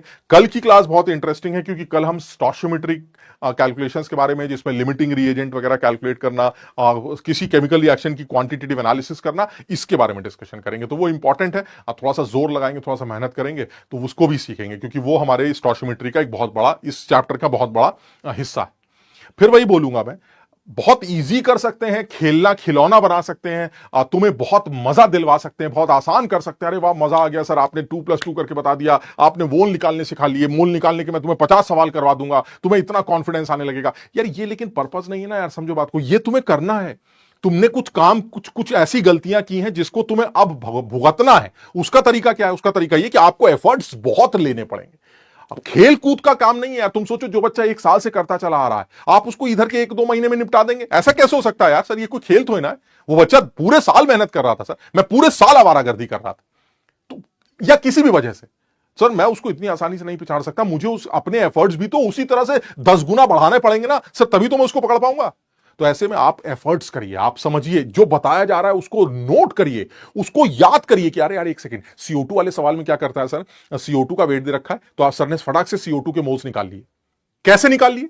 अब ये आप देख लीजिए सर। अब आप सर मुझे तो वेट से मोल निकालने आते ही नहीं, तो अब ये कमी दूर करो ना यार, हमारे अंदर कमी ना ढूंढकर ये कमी दूर करो कि तुम्हें तो वेट से मोल निकालने नहीं आते, जबकि कल की क्लास में वेट से मोल निकालना सिखाया गया था। सीधा सीधा एक फॉर्मूला बताया गया था, वेट को मोलर मास से डिवाइड कर दो, मोल्स आ जाते हैं। तो सर जैसे ही CO2 का वेट आया तो CO2 के वेट से CO2 के मोल आ गए। फिर अभी आपने बताया कि अगर CO2 के 50 मोल है तो कार्बन के भी 50 मोल होंगे, यानी CO2 के मोल से कार्बन के मोल आ गए। फिर कार्बन के मोल लिए तो कार्बन का वेट आ गया, और जब वेट आ गया तो परसेंटेज आ गई, खत्म हो गई। मेरी बात समझ रहे हैं? तो ये एक लिंक है जो अगर मैं 4-5 सवाल जो मैंने इतने सारे सवाल कराए, इन सवालों से अगर मैं माथा पच्ची करूं, 2 दिन 3 दिन लगा रहूं, तो धीरे धीरे करके मुझे ये बात समझ में भी आ जाएगी। ठीक है ना? तो थोड़ा सा कोशिश करो, एफर्ट्स करो, ये पक्का समझ में आएगा, ऐसा नहीं कि नहीं समझ में आएगा। लेकिन ये है कि हाँ, दूसरी बात, जब ये हमारे सामने 12th में भी आएगा तो ये सारी चीजें दोबारा भी बता दी जाती हैं उसी टाइम, तो और मजबूत हो जाता है। लेकिन ये कि यार एफर्ट्स तो तब भी करने, एफर्ट्स अब भी करने। ठीक है ना? तो चलिए इतनी बात करते हैं, फिर मुलाकात करेंगे। Thank you so much.